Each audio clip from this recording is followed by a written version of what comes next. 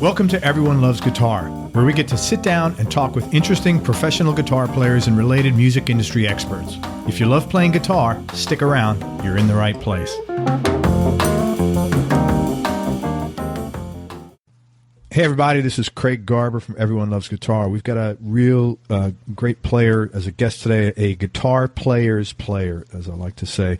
I'm with the one and only Dean Brown. Dean is well known in the global rock, Latin, jazz, funk, and fusion circles for his real powerful, virtuosic rhythm guitar work and his passionate melodic soloing. He's released 5 CDs, and his guitar work can be heard on well over 200 recordings, including numerous Grammy nominations and 4 Grammy Award winners. Just a few of the people he's played with: Marcus Miller, the Brecker Brothers, Billy Cobham, David Sanborn, Bob James, Simon Phillips, Lenny White, George Duke, Roberta Flack, and Joe Zwainul. Performances include television appearances on Tonight Show with Jay Leno, The Arsenio Hall Show, After New Year's Eve with David Sanborn, Rosie O'Donnell, BET, Bravo, and loads of other top TV and radio shows throughout the world.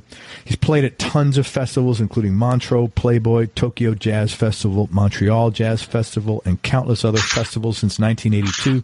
He's also played some really cool venues: the Blue Note, Cotton Club, Universal Amphitheater, the Greek Theater, Ronnie Scott's, Avery Fisher Hall, Carnegie Hall, Central Park Stage, and dozens of other world-famous venues. Dean's also an educator and a clinician, and he conducts master classes at universities, schools, and venues all over the world. He regularly teaches several popular classes of his own curriculum at Musicians Institute in Hollywood, in addition to authoring training articles in major guitar publications along with a Hal Leonard product. And he's also got a ton of really cool stuff on his YouTube channel that I've watched, so check that out. Dean Brown and Runfly Studios, he's also developed and released a fun iPhone and iPad app called Pickup Tunes, which helps develop ear training techniques, and it's based on a lot of the methods that Dean uses in his own personal teachings, and we'll talk a little bit about that today. His most recent album, which is, I hope I don't mess this up, Dean, Rolla Jafufu, takes inspiration from James Brown, John Coltrane, Jimi Hendrix, Sly Stone, and McCoy Tyner, and channels it into multifaceted pieces ranging from the piercing to the poignant. And I think Rolla Jafufu stands for the first 2 letters of rock, Latin, jazz, funk, and fusion. Dean, thanks so much for coming on the show, man. I really appreciate your time. Oh, thanks for having me. I'm looking forward to this. So I want to just talk. Before this call started, we were talking about something, and loads of guitar players listen to this, and you had some really wise, so a lot of wisdom about a philosophy that you have, that you like to have your players on your bands follow. And you talked about noise, and if you could go through that whole concept, I think a lot of people would like that. Sure, it'd be my pleasure. The toughest thing that we deal with as musicians, generally, besides making a living, is our egos, and that tends. Now, you need a good, healthy ego in order to even bother doing this. You have to feel like you have something to offer, or something that inside you that needs to come out. But the problem is when you become too focused on what you think about your playing, on criticizing yourself in real time, or what the audience thinks about what you're doing. You're like worrying about whether the audience likes you or anything, those types of things. What happens, I think, is then you lose your focus on what you're supposed to be focused on, which is the next note you have to play. And the more you stay in your lane and just think about what it is that you're trying to do in terms of like I say, the next note musically, the better chance you have of something good happening. In terms of how you approach playing. And that's there's a thing that people have different ways of expressing this. Some people call it the flow or the energy connection or something like that. The different ways of talking about it. And it's a realistic thing. I don't believe that a lot of the stuff that we do is necessarily mystical. I just think we don't understand it yet. And so that, scientifically. And so anything that we don't understand scientifically, we automatically just attribute that to mysticism. And that's okay. I don't really care about all that. The thing about the noise is that if you have this, what I call ego noise, in other words, where you're thinking about, I just played a wrong note, or that wasn't, I wonder, people are probably don't really like what I'm doing, right now, or the people in my band don't really like what I'm doing right now or something, then you're not worried about this next note. But if you continue to worry about the next note, that's your best opportunity to continue in a positive forward motion creatively. And when you do that, something happens, whether it's an endorphin surge or just something that's hard to describe, that allows you to think on a higher level of consciousness, which means that you're basically not thinking. You're just actually catching this sort of energy river and just going with it.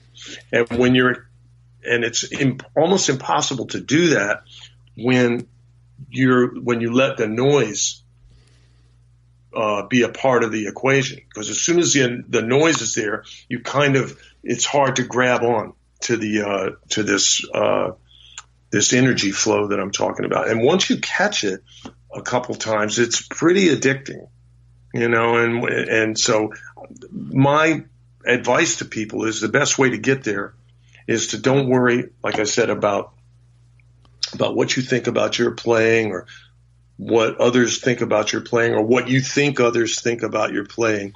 Just worry about the next note, and that I think will help you so much in terms of becoming a better storyteller and just a better communal musician in general. I think we need to close the interview. This is like, that was great, man. I got nothing left after. I got nothing to ask you. Holy shit. No, that was really good, because that's just wonderful advice for it's just like be present. Yeah. In the microsecond. And it's funny. I have not been playing guitar a long time. I've been playing guitar 2.5 years. And the thing I like most about playing guitar is it forced me to be present. Because I can't think about, a meeting I had that I didn't like the results of this morning, exactly, or some bullshit next week. And you can do that, but you're not gonna get to where I'm talking about. Yeah, you know what I mean. You might get to somewhere really cool, even.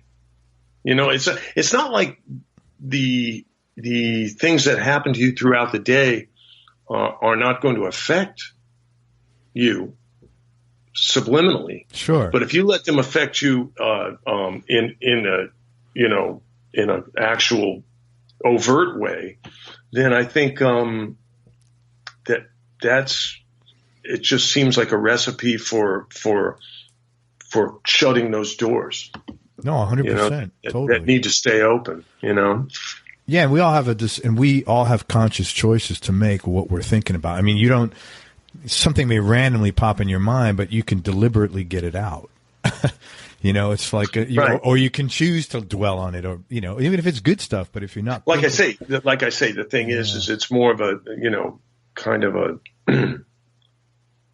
Zen approach of saying, look, I'm only going to focus on like almost a meditative thing. I'm just going to focus when my mind starts wandering, I'm going to just refocus it on this next note, not even the next, bar or anything. Just the note. Just the next note. And boom, then the next note turns into a bar, which turns into a phrase, which turns into, a whole chorus or whatever, and turns into the entire piece that you're playing, and then you got to do it all over again when you start another, the next time you start another piece of music, so it's like that's the thing. It's like it's so funny. People say, oh man, I had a great night tonight. It's like, and it's possible. I mean, sometimes you just, have this, amazing connection that you're able to just continually, reconnect every time the next piece comes up. And there is something to that because your consciousness is warming up, but there's also the possibility that one song might be great and another one might not be so good. But as we talked about before the interview started, for me, there is no really great or good or bad. These are all moments of reality that you're having right now that are, that can't be quantified or just justified by good or bad. They're just, the way you told that story that time. And that's the way it had to be, and I think, people, so many musicians I know, great musicians, are so worried about not letting some bad performance get out, and I don't know, when I hear people play, like when I hear the outtakes of Wes Montgomery solos that that you've heard like on Wes Montgomery records, they'll have like the second and the third take, and for whatever reason you might think, okay, well they chose the right take as the take, but the other takes are really cool too, and they have stuff in them that is just as interesting. It just might not be as perfect, or what I see, that those words don't even matter, those like perfect and stuff. I think you know what I'm trying to say. Yeah. Well, plus if you didn't have that frame of reference in the first place, you'd never give it a second thought. If they put the second or the third or the fourth choice, was the only take, right? Yeah. You'd have no frame of reference, so it's not even fair to even compare that.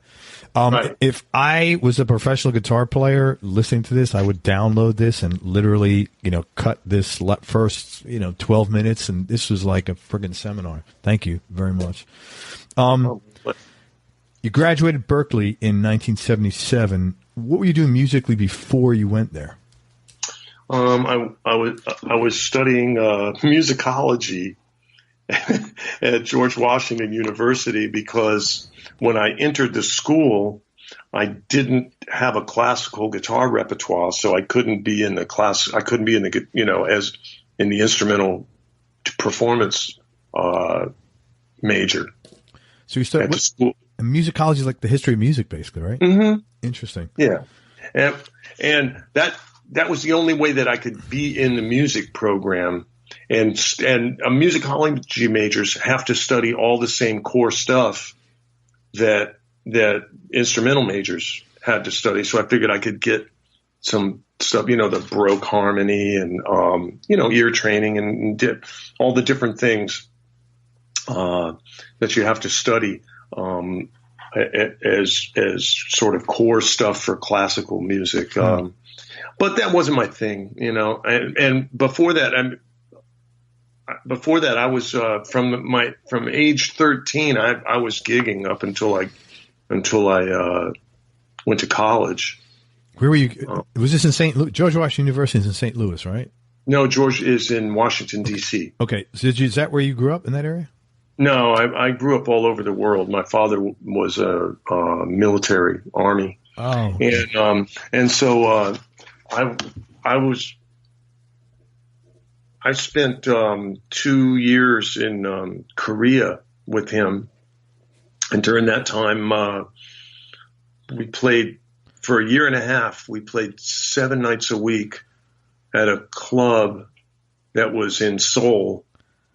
That it was crazy what happened. It was like we were just a little band playing at the teen club in on the army base, Yeah. Yongsan, and this we were playing at like the officers club or something, and this agent happened to be there. This guy named Jimmy Kim, and he went up to my mother, who ended up being our ad hoc manager, because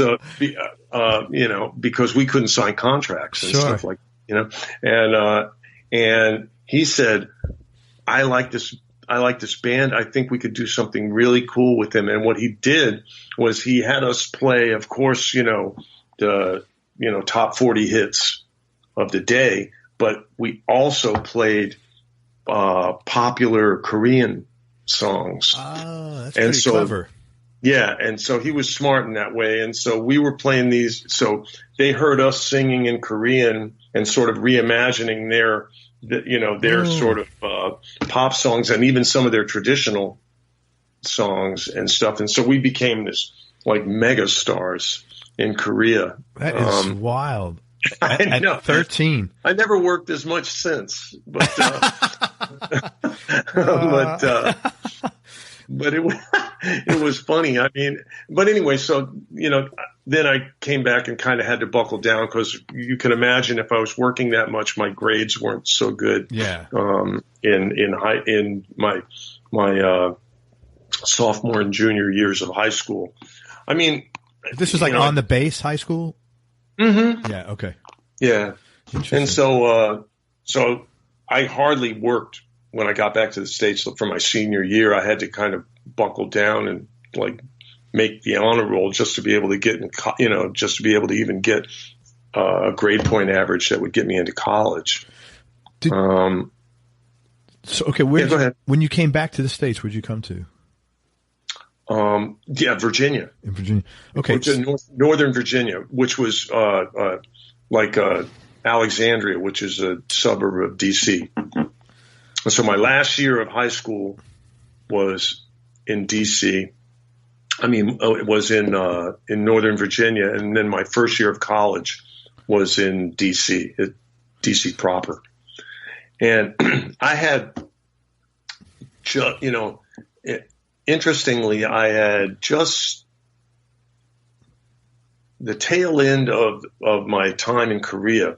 I was working with some GIs who were obviously much older than me, and they were turning me on to stuff that I hadn't really thought of before, like John Coltrane and Wes Montgomery and things like that, and so I became fascinated with that type of thing, and I started trying, even though I didn't know what I was doing, I started tried to put together these little bands that would try to play this sort of free jazz stuff that like I said, like when I heard John Coltrane play, it was just so far over my head that, or even Wes Montgomery, that I didn't even realize that they were playing over the form after they played the melody. It was just it just sounded amazing. And so I just tried to make up stuff that sounded kind of like that, but it was, in retrospect, it was just, completely just intuitive. It had no depth of history to it, yet.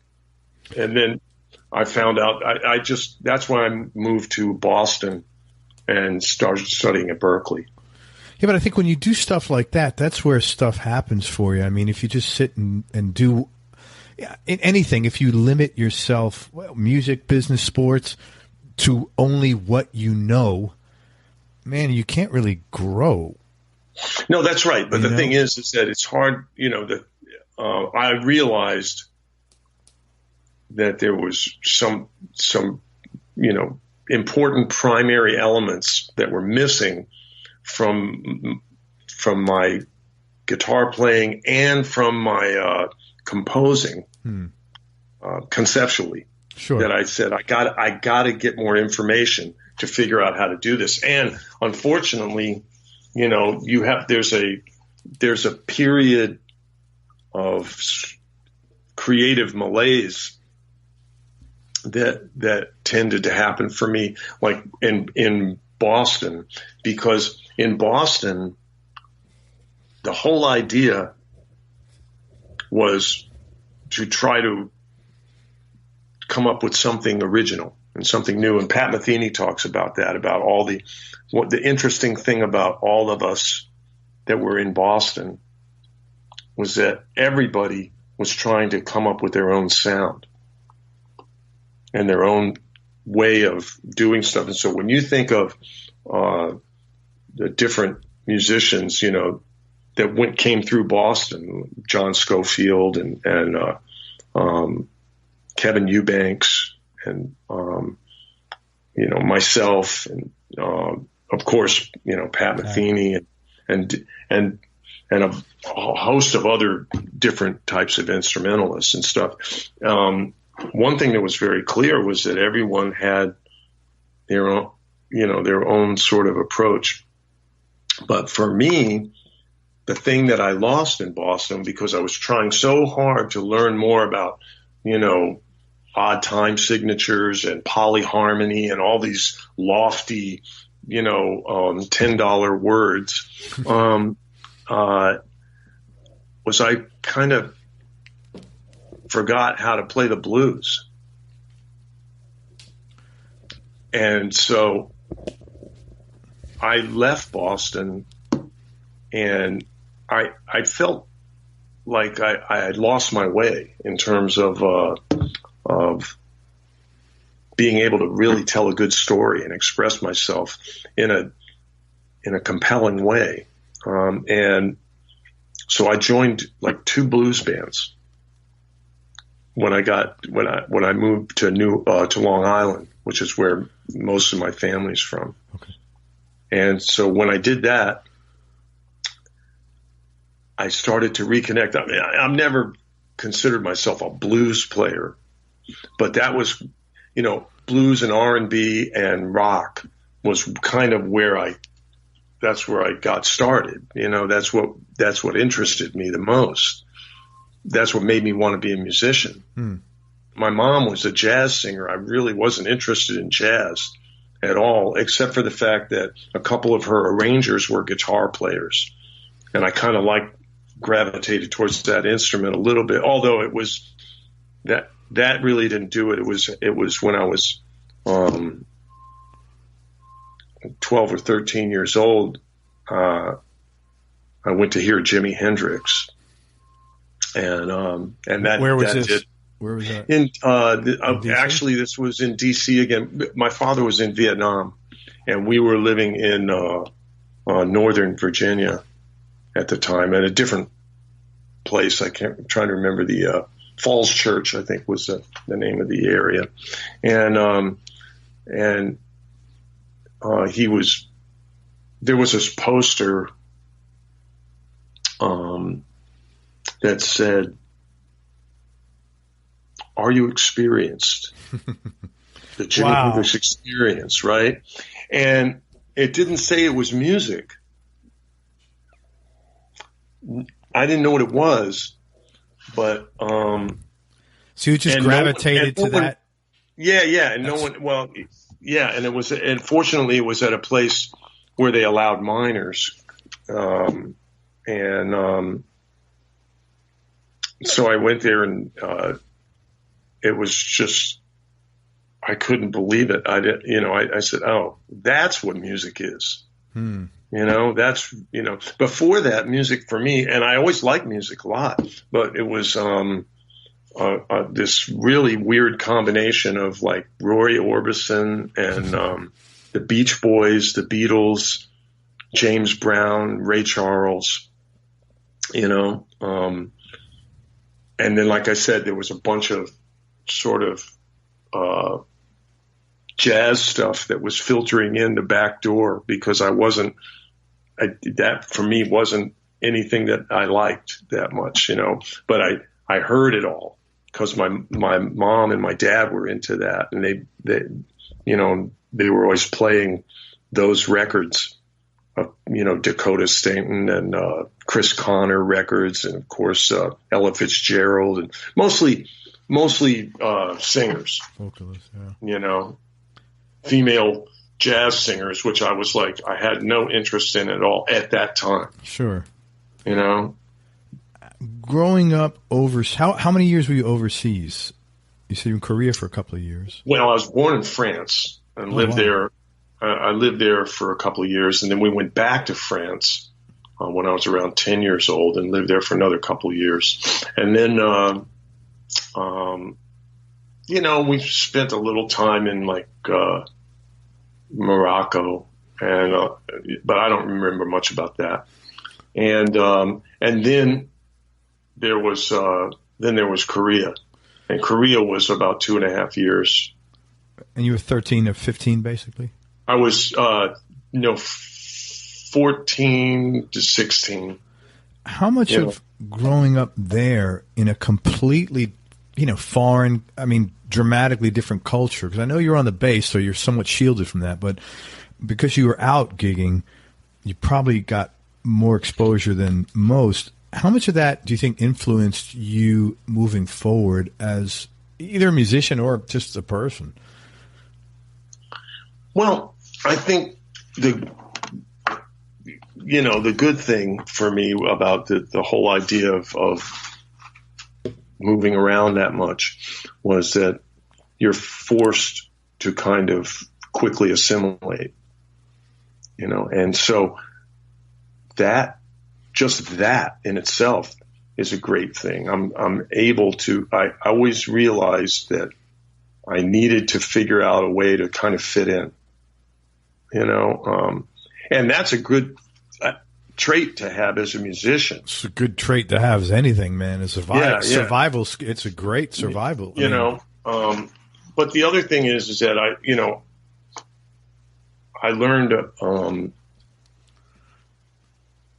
about what works and what doesn't in terms of professionally at a pretty early age. So it's always been it hasn't been such a chore for me to be quote unquote professional. Yeah. It's not something I had to grow into. I kind of came by it honest. Yeah. I totally get that. I feel like I should just shut up and let you take over because everything you're saying is interesting, man. I'm afraid to mess. But you're triggering stuff, so that's all good. I'm afraid to mess this up. I'll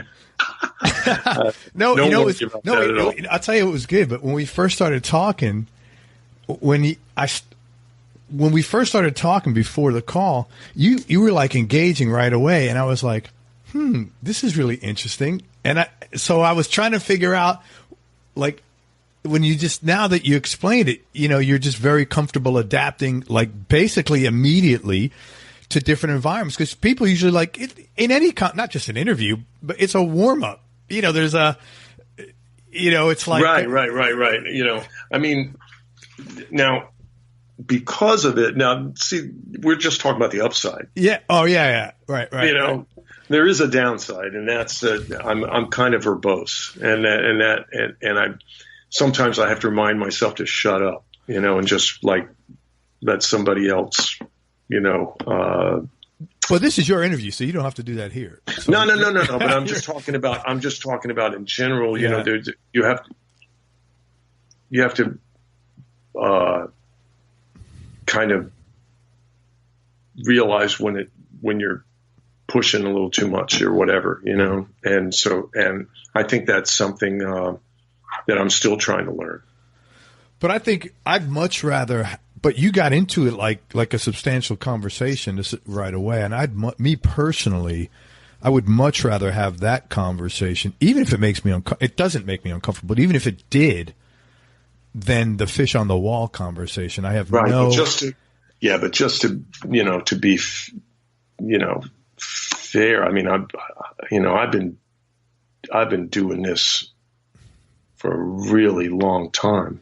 You know what I mean? This type of thing, you know, like doing it, you know, interviews or even it's not even so much interviews, but talking about music. Yeah. Talking about music it's a passion for me. Yeah. So it's not like it's something that I have to warm up to. It's like, you know, matter of fact, you got to get me to shut up. You know, it's like, I love it. I love, sharing whatever, if you want to call it knowledge or my opinions, you know, with people. And, you know, I like hearing other points of view as well, you know, so, but, and sometimes they change my mind. Not often. I'm pretty, I'm open-minded, but as long as I don't have to, as long as I don't have to change my mind. Again, there's the downsides. There is downsides. I'm not, you know, I'm not that open-minded, but I am, but I'm not, you know, an ideologue. You know what I mean? Yeah. Like you realize your opinions are your opinions, and they're not dogma.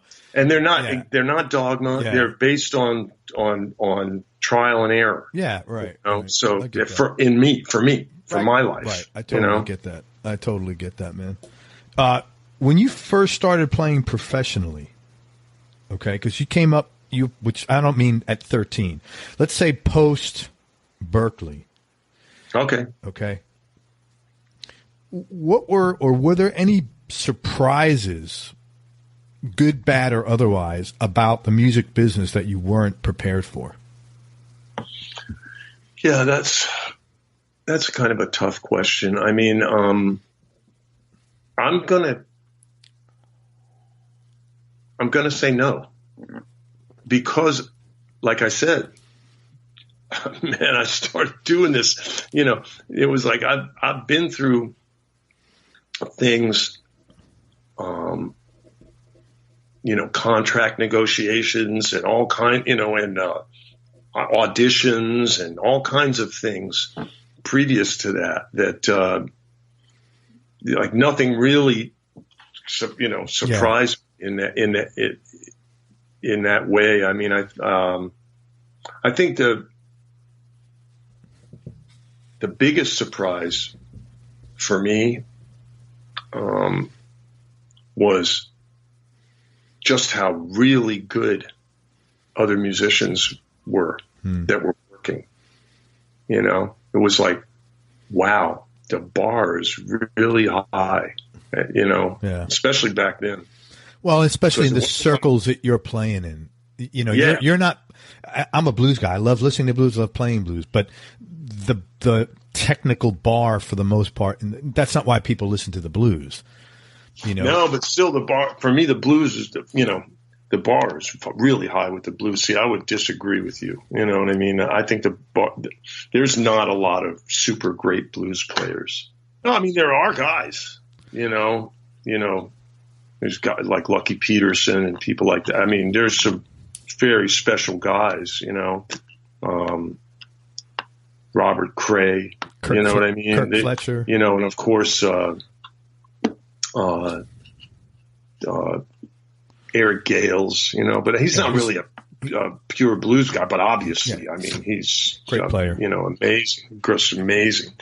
And, you know, there's some guys, but then, you know, when you hear like,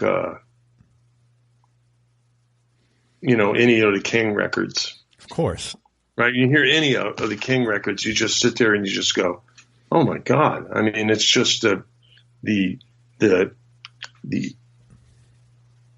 highly evolved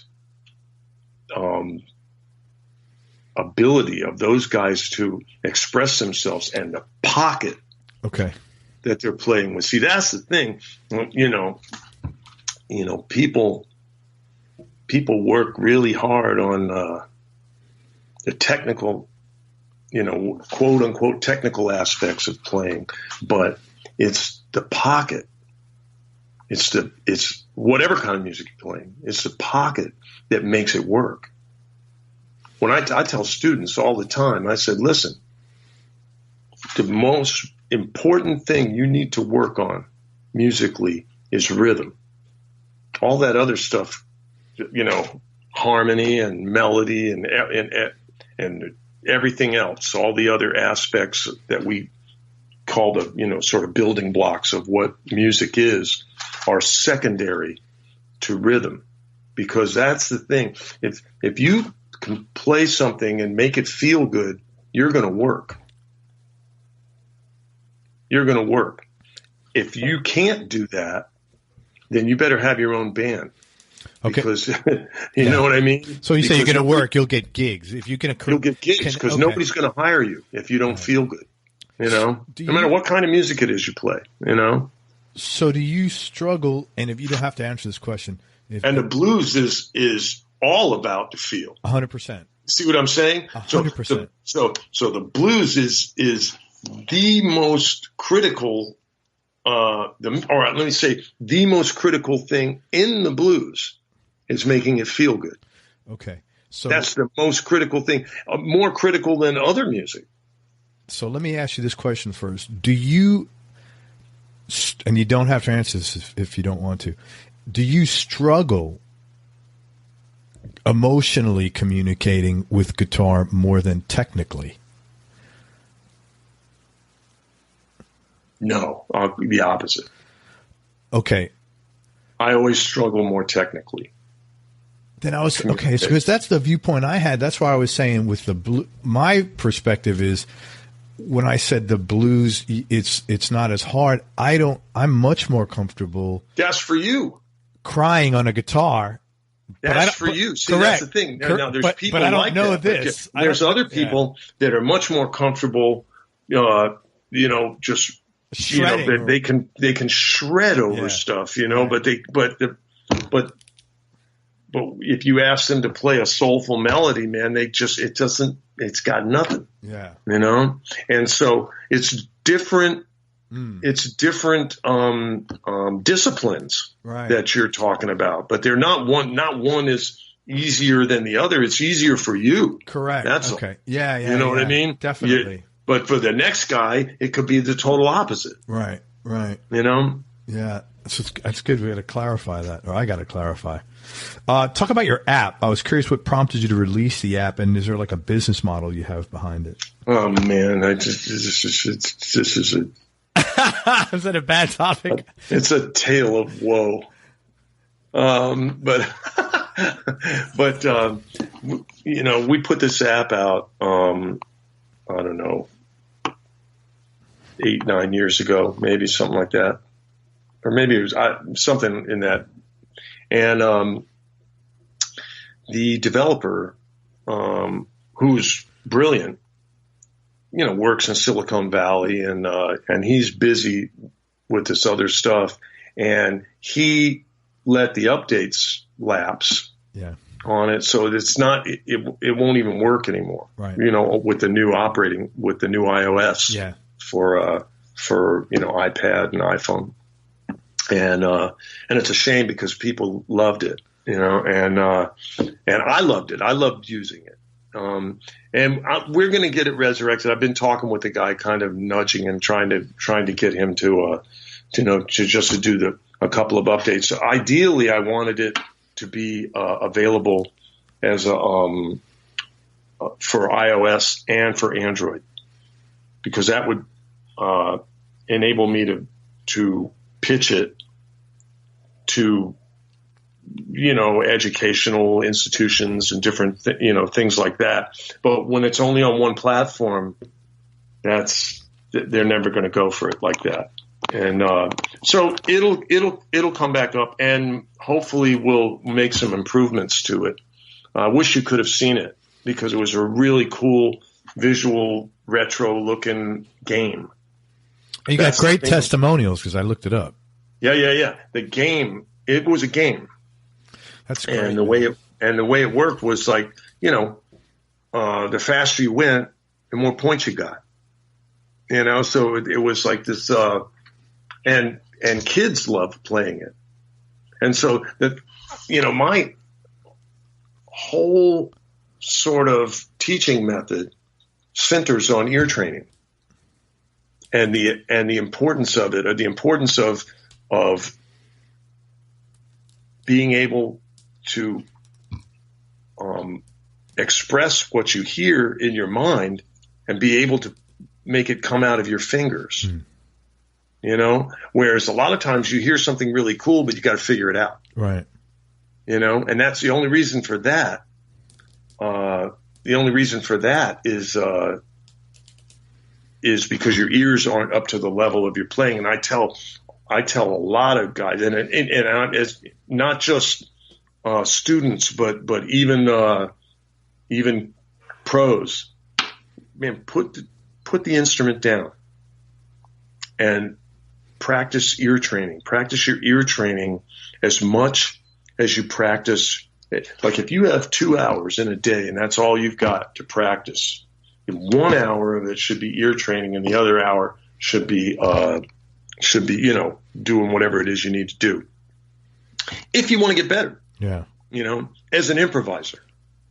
I have the other problem. My ears are phenomenal, and I don't have the technical skills because I do not have the time to put it. I wish I had 2 hours a day. I would be so thrilled. Like if you have 15 minutes a day, you can slice that pie up any way you know. If you only have 15 minutes, then 7 minutes need to be ear training. You know, even if you have great ears, because you got to understand, you're not the guitar is just a conduit, right? You know, for you to express yourself with. It could be a kazoo, it could be a friggin' trombone. You know what I mean? It could be anything. You know, but if you can't imagine it and you're not able to actually play what you imagine, then you're doing yourself a disservice, because you're not allowing the real time story to be told. Wow. Yeah, man. Let me know when you get your app back. I'll blast it out to my list. Yeah, there might still be some YouTubes of that app up where you can see, you know, it being played or stuff, you know. It sounded awesome.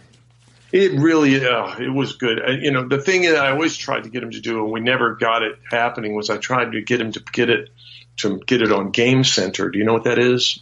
That's the native, something that's inherent with the phone or something like that. Yeah, Game Center is a gamer, really. No, but what Game Center is with iOS is it enables you to sort of play against a community. Oh yeah, other people. Right. You know what I mean? Yep, and that would have, I think, really helped. Build. You know, because now you got that little competitive thing. Yeah, for sure, man. Which is part of our monkey brain shit that we love. You know. You've played with tons of really cool artists, and I was curious if you could talk about, for each of these people, how you got the gig and the nature of the engagement, and maybe a cool or interesting story about working with them. And I'm going to start with Roberta Flack, because I grew up listening to all her hits, and she's a beautiful voice, beautiful songwriter. All right. Roberta, I knew a bunch of people that played with her. I was playing in Marcus Miller's band, and so Marcus Miller obviously played with Roberta, and Bernard Wright was currently the keyboard player, the genius keyboard player Bernard Wright, was currently playing with both Roberta and with Marcus. And Bernard at the time was the musical director for Roberta. And he wanted to get myself and a few other guys that were playing in actually David Sanborn's band at the time. I was also playing with Dave at the same time. I was playing with Marcus, and wow, talk about some good. Oh my Oh my God! God. I was playing with Marcus, the Brecker Brothers, and Sanborn all at the same time. It was You had to be on top of your shit. It was the greatest nightmare you could ever have. Yeah, you know what I mean? Yeah. Holy shit. Oh man, I had like the hatred that was coming from their managers. You know, well, because it's like, what do you mean you're not doing this tour? You know, it's like you have to do. I'm like, oh my God, I had to get a manager to talk to their managers so that because they were just they were just browbeating me. You know what I mean? With all that kind of showbiz manager talk. You know, that had nothing to do with any of the gigs. Yeah, it was just, that's just the. I don't understand that, and I don't really get exposed to it, but I hear stories, and I deal with PR people sometimes, and I have to be honest with you, man. I have a very low tolerance for wasting time. I would rather someone tell me, "Hey, go F yourself, go fuck off. I don't want to deal with you." I wouldn't say I'd welcome that, but I'd be like, "Okay, no problem." I have a really hard time when people say, "Oh yeah, let's do this," and I invest time, I invest effort, and nothing comes of it. And I don't understand. That seems to be pretty prevalent in the music industry. It's like, yeah. Although that's not really the essence of what I'm talking about. I think these guys are, to their credit, were just thinking about their artist. Yeah. And saying, hey, he needs you to play guitar with him for this, or something. And it's like, well, I can't be in two places at once, and so I was very lucky, I was very fortunate, but like I said, it was very stressful that side of the thing, the business side of it was very stressful. Anyway, back to Roberta. So, she, Bernard had asked me and a couple of the other guys from Dave Sanborn's band to do some gigs with Roberta. And the first gig I did with her was in Barbados. Oh, wow. Which she has some family connections from there and stuff, as well as from North Carolina, which is where she's from, which incidentally is where my mom is from. And there's this huge North Carolina connection in Roberta's bands, people that play with her. So anyway, we're in Barbados and we're about to go on stage, and Roberta, we had done a sound check and stuff, and Roberta asked me, she said, listen, when we're going to play this tune, Angel Eyes, it's a beautiful standard ballad.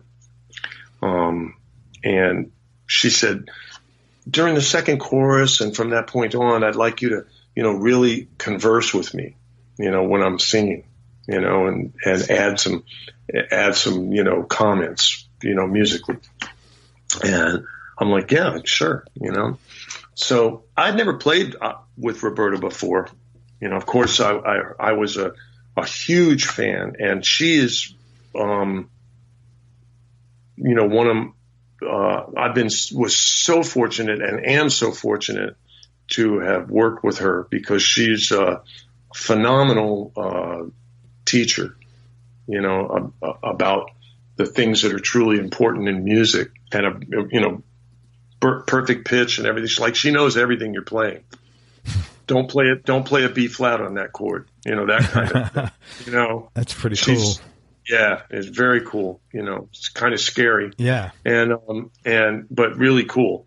Anyway, so she starts singing, and I've got, my wedges in front of me, and her voice and what she was playing on the piano and what the whole thing was so intoxicating and so beautiful that I just completely forgot to play guitar because it was just like I was just listening to it like I was in the damn audience. Wow. And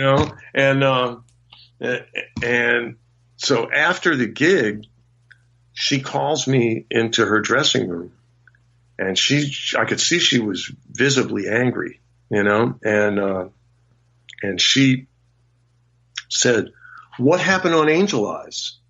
I thought you were, because it wasn't like this was like a suggestion." Yeah. It's like she wanted you to do counterpoint. Yes, it's something I want you to do that I'm expecting on this song, And so I said, Roberta, I'm going to tell you the God's honest truth. When you started singing in the song, I was mesmerized. I was just like awestruck. I couldn't play guitar. I didn't even realize I was a guitar player. I didn't know what, I was just listening to it, and it was so beautiful, and I just couldn't, I completely forgot to play, and I don't know what to tell you, and she looked at me like she was going to rip my friggin' head off. And she goes, "If you had said anything else." Yeah. I mean, she can't really like kick your ass for that. I mean, she could give you a little stern rap on the wrist. Yeah, no, but so it was, so that was pretty cool. And from that point, we have a musical love affair. That's really cool, man. Is that the only time that's ever happened to you? Her voice is pretty intoxicating, so I can totally understand. You mean where? No, that's happened to me.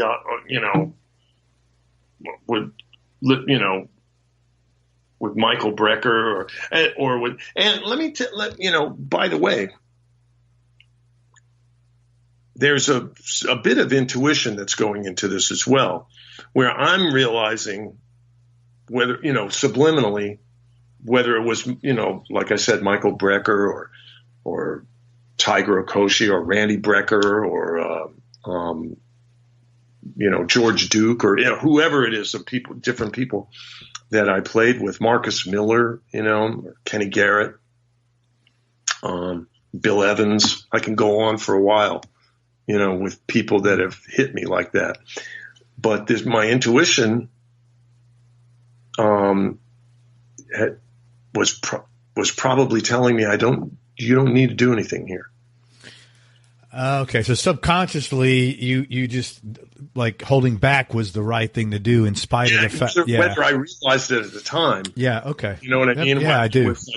It was like, man, what am I going to add to this? Yeah, I get that. If it's hitting me like that right now, then how much more can it hit you than to where you feel like where you feel like you don't need to add anything. And of course, that's Victor Bailey used to say. It was it sounded like a left-handed compliment, but Victor Bailey used to say to me, the coolest thing about Dean is what he doesn't play. Mm. No, that's a great compliment. And I was like, what the hell are you trying to say? Yeah, it's like, because it sounds, on face value, it sounds like, it sounds better when you don't play, But I think players know what that means. Yeah, I think it's really good. Yeah, I've heard that. I've heard people say, the number one lesson I've learned as a player is, when to not play. That's right. Yeah, so I get that's really cool. That's a great story. Thank you. How about Dennis Chambers, man? Talk about a freaking drummer. Yeah, Dennis. I mean, okay, I'll tell you a quick story. I mean, Dennis and I were like fans of each other. He was trying to get me I'll tell you a different story. But Dennis was trying to get me into the Brecker Brothers. We had played a couple of things together, and I'd played on a few records that he played on, stuff like that. And he was trying to get me into the Brecker Brothers when they first got back together, because they made a record called The Return of the Brecker Brothers, and it featured Mike Stern and myself on guitar, and I couldn't do the tour because I was with Sanborn at the time, and but Dennis, kept saying, man, we got to get Dean on here. And Mike, I think, Mike Stern was doing the tour, and, Mike was starting to get busy doing his own thing, and stuff. And, so, finally, I agreed to do this tour and told Sanborn that I couldn't make one of his tours, which was a little scary. Some of David Sanborn note, yeah. Yeah, but because I love playing with Dave too, But I was like, man, but I gotta play with the Brecker Brothers, I gotta check that box, for a multitude of reasons. I think that's so cool that you had that option. That's even great, man. Congratulations. I mean, yeah, it's just unbelievable. So anyway, that's one of those decisions. I think if you don't make it, you really regret it. Right. Well, and the thing is, well, you never know. I don't know. If it works. You don't know. But I mean, you just don't know what Yeah. You can't. Hindsight's 20/20, right? But correct. But the thing is so when I did it, I called Dennis and I said, "Yo, D, man, I'm doing the Breckers." He goes, "Oh man, I'm leaving the band because I was like, oh, for crying out loud!" My God. But it was cool because we ended up, the first tour was with Lenny White, and then subsequently it was with Rodney Holmes on drums, and so it was great. The Brecker Brothers thing was great, but I never got to play with the Brecker Brothers with Dennis. You play with great drummers. You play with Lenny White, Simon Phillips, Dennis. I mean, that's Billy Cobham. I mean, that's talk about checking off the boxes. I mean, that's pretty, oh man. I mean, if it's Steve Jordan, right. Vinnie Colaiuta, right. It just goes on and on. I mean, with great drummers, I've been really fortunate. The drummer that I play with, Marvin Smitty Smith, is that plays in my band. Yes. He's on that level, and so it's, I've been really, really, really fortunate, with the drummer thing. But anyway, so, Dennis, was touring with Santana quite a bit. And, I had booked a tour, with Dennis and Bobby Sparks, the great keyboard player from Dallas, Texas. We're doing a trio, like a Dean Brown trio. Mm-hmm. And we had a Europe tour booked, and Dennis had a conflict with Santana. They were playing some big rock festival in Morocco, and Dennis, he worked it out with Santana's management, and they were so that Dennis could go and do that gig and then fly back to get to, the next gig of my tour. And I never forgot that because, that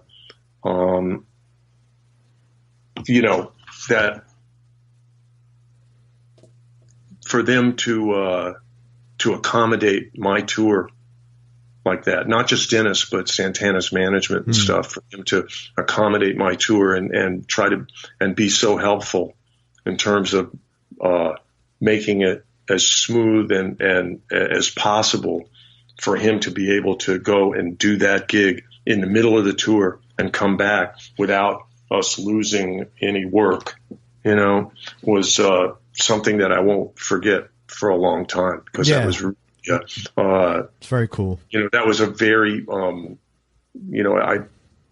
I felt the camaraderie of the music community, in full force there.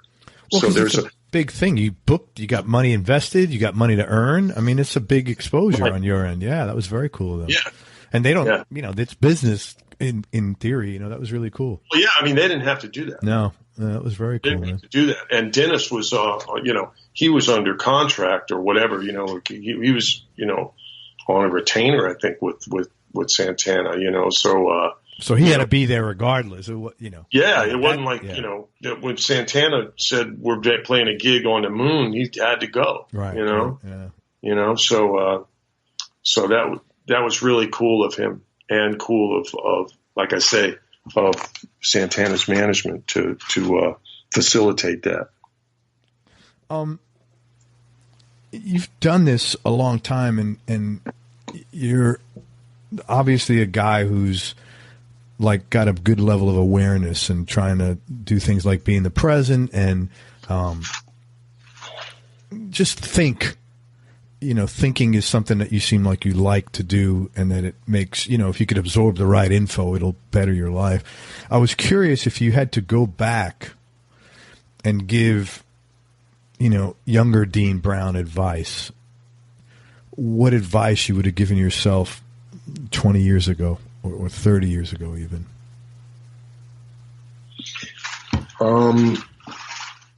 Okay, this is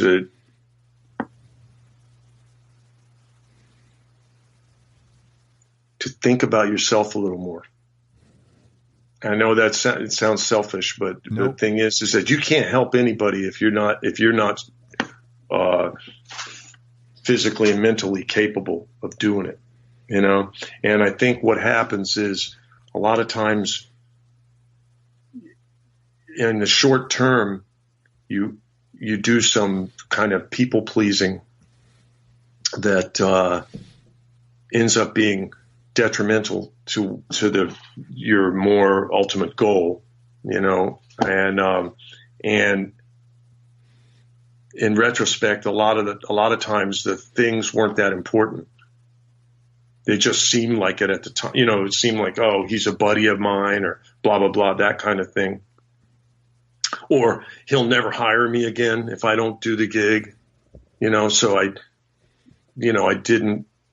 I turned down something that because I was scared, out of fear, sure. You know what I mean? That kind of stuff. So that type of stuff. I mean, but I don't want to say that in a cavalier way. I mean, I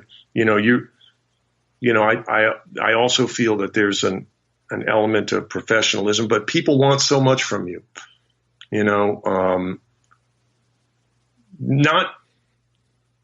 not from being selfish necessarily, but they just. Well, sometimes it might be from being selfish, but it is. It is. Yeah, it is that. Sometimes it is. That. It's like Sometimes it is, and so and people can be, of course, very. People want what they want sometimes, and they don't coercive. Think about what's what I mean? Yeah, I totally get I don't it, know man. if coercive is even the right word, but bullying. I get it. Yeah, man. Yeah, and so I've fallen prey to that a couple of times. That if I would, the older me was talking to the younger me, I would have said, "Come on, dude." Yeah. You know that one. The interesting thing, The interesting thing about that answer is a younger person might feel it's self-centered. I think anybody over 50 totally understands that right. and understands that. Oh yeah. I need to like. But you know what? What the guys that have done the best, have always put their goals ahead of somebody else's. Which you should. Yeah. I've seen that. I've witnessed that over and over. And there's a way to do that without being an asshole. Absolutely. You know what I mean? As long as have your goals ahead, and as long as you're not like predatory to get them, or right. ethically, exactly. Wrong, or morally or spiritually wrong. Well, see, it's a tricky thing, because our business is stuff happens, man. Like, you say, okay, I'll do these 2 gigs with you. And then somebody calls and says, man, look, I got a 2-month tour, and the guy's like, man, but if you don't do these gigs, man, I'm going to be blah, blah, blah. I'm like, hey, man, Yeah. I don't know what to tell you, but I've turned down tours just to do a couple of gigs with people and stuff, because I thought it was the right thing to do. And our business is so, cyclical and iffy that you kind of got to you kind of got to go, so there's ethics, being ethical is a kind of a floating. I get it. Yeah. That people just have to realize, have to be empathetic. I've never put pressure on anybody that I play with ever, to do something, to say, I'm just like, all right, well, I'll work it out. Yeah, I'll figure it out. I'll figure out a way to do it. Because I know I hate that pressure being put on me. So I don't put it on other people, Interesting. Do you know Rudy Sarzo? Nope. He's a bass player. He was one of the founding members of Quiet Riot, and he played with Whitesnake, and he played with Ozzy on Ozzy's big albums. And I interviewed Rudy, and he said a very similar thing. He said one of the reasons that people were willing to put me on these big gigs, and I guess I was shocked when I heard it, is for that reason. They knew once I accepted a gig, I'm very loyal, and I wouldn't flake out on them or say I got to go. And you'd think at that kind of arena rock level, like, who would leave? But apparently it exists. At even that, like, you'd think you get a gig with Ozzy, you're not going to fuck that up. You're going to, you're staying with that guy forever until that gig is done. But apparently not. And it's just so weird. I was like, wow, I can't. Well, man, no, but I mean, you got to follow your muse, though. You know what I mean? And some people look. For some people, music is unfortunately just a business, right? But for other people, there's no reason for them to play unless their heart is into it, right? Okay. And so, if somehow you're playing with Ozzy for 6, 7 years, 8 years, or whatever, and all of a sudden you look in the mirror and go, oh, fuck, I got to go on stage and do this again. If you're ever feeling that way, then you owe it to yourself and to Ozzy to quit. Yeah. Because you want somebody that's engaged with you. You want people. I don't want anybody playing with me that feels like they would rather be somewhere else. Yeah. I totally get that. Yeah. Because we need that complete commitment, especially in the kind of music that I play. Yeah. Because we're taking chances, man. We're out there, on the little limbs. Yeah, you are. You know what I mean? No, it's like, you got to feel like people got your back, musically. You can't do that if you're thinking, I'm just doing this, I don't know why anybody would play a jazz tour with me for the money, Yeah. But I mean, not that I don't try to take care of guys. I do my best, you know what I mean? But realistically, but that's not your reason for doing it. Yeah. All right. So let's talk about gear for a few minutes. What's your go-to guitar right now? And maybe what other two guitars would round out your top three? Okay. Right now I've been playing the exotic California Classic. It's straight up. It's a maple, roasted maple neck. The pickups, I had them wind them so, a little hot, but they're single coils. There's on the back of the guitar is the plate, the back plate on the guitar serves as sort of like a quasi dummy coil that, just to mitigate some of the noise. Okay. It's not completely like a real dummy coil, because a dummy coil approximates like a humbucker. Yeah. Type of thing. So it's not quite that, but it helps a little bit, but I still get some of the brightness of the single coil pickups. So anyway, that's my main go-to guitar. And just so people know, that's the guitar. It's shaped like a Strat. It's a Strat. Yeah. Yeah. Right. It's a Strat. You know, it's the one I have. It has I'd say medium relicking, but I don't really care about relicking. I chose the guitar because it was the one I liked the way it sounded, and more importantly, the way it felt. You know, it's a great instrument, and their instruments are so consistent. Like every one of them is great, and it's because of they just have their quality control is really amazing. You know, and it's exotic XOTIC, right? Yeah, yeah, yeah. I use a couple of their pedals as well. But anyway, I have an old Guild X170, which is a jazz box, it's arch top, you know, and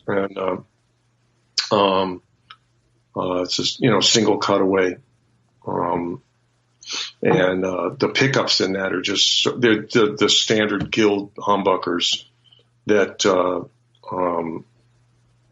a lot of jazz guitar players back in the day used to take those pickups and put them on their Gibsons. Oh, that's interesting. Yeah, you know. But anyway, that guitar is. I use it for recording. I never really gig with it, you know, but I use it for recording. I have a Fender American Standard Strat. It's about circa like 2003, something like that, which I got new, and I use that guitar for a lot of years and still use it once in a while when recording.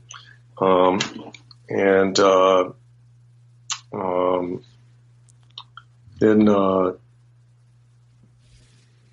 I've got my old Roland synth guitar, which is the GR300. The guitar's I think called a 505 or something like that. It looks like a Strat, but was a maple neck, and it was made by Hoshino, which is the same company that makes like Ibanez stuff, right? Yeah.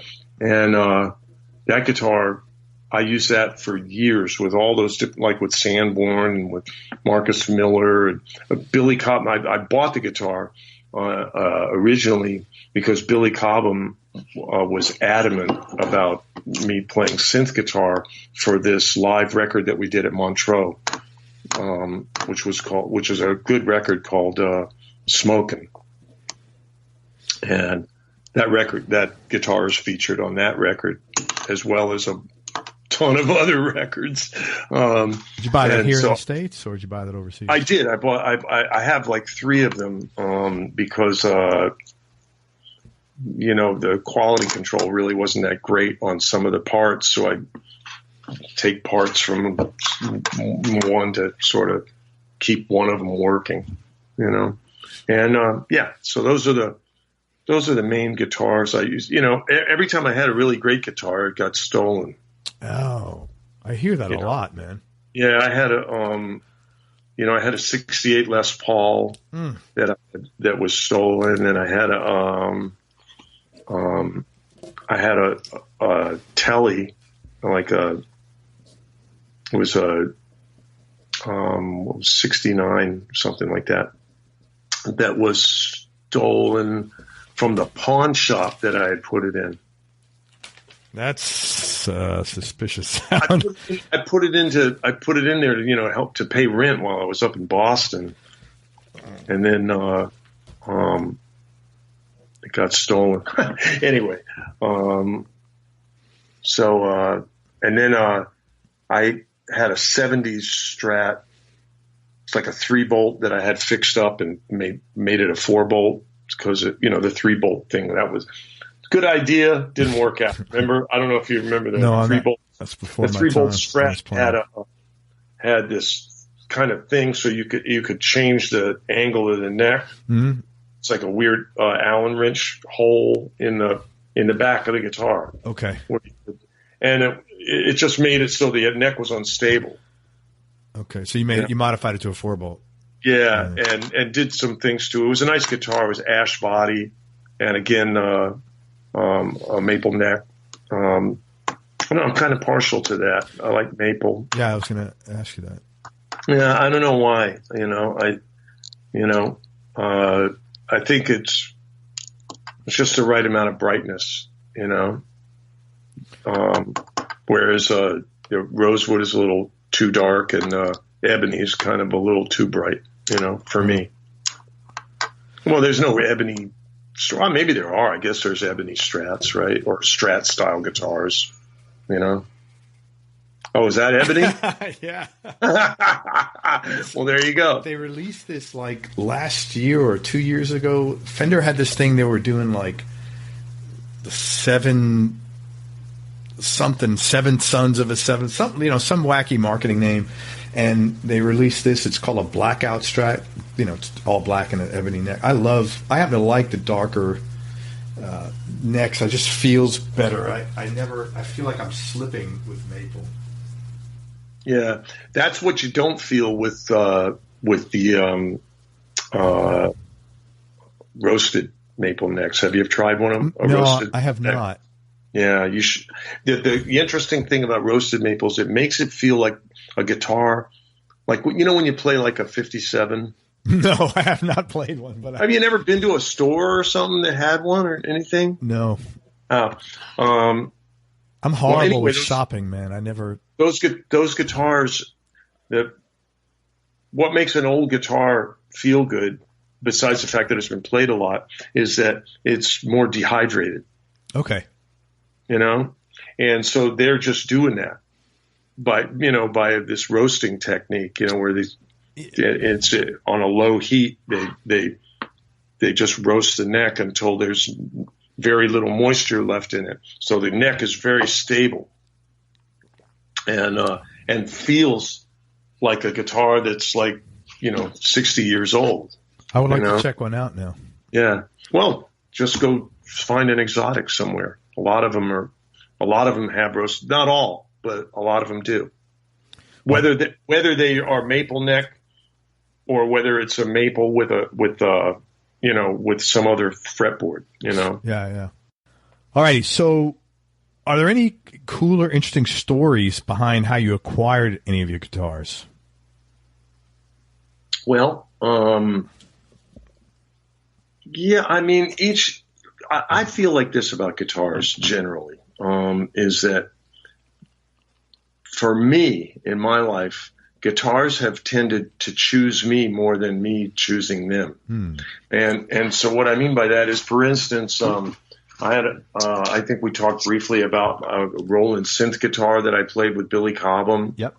And,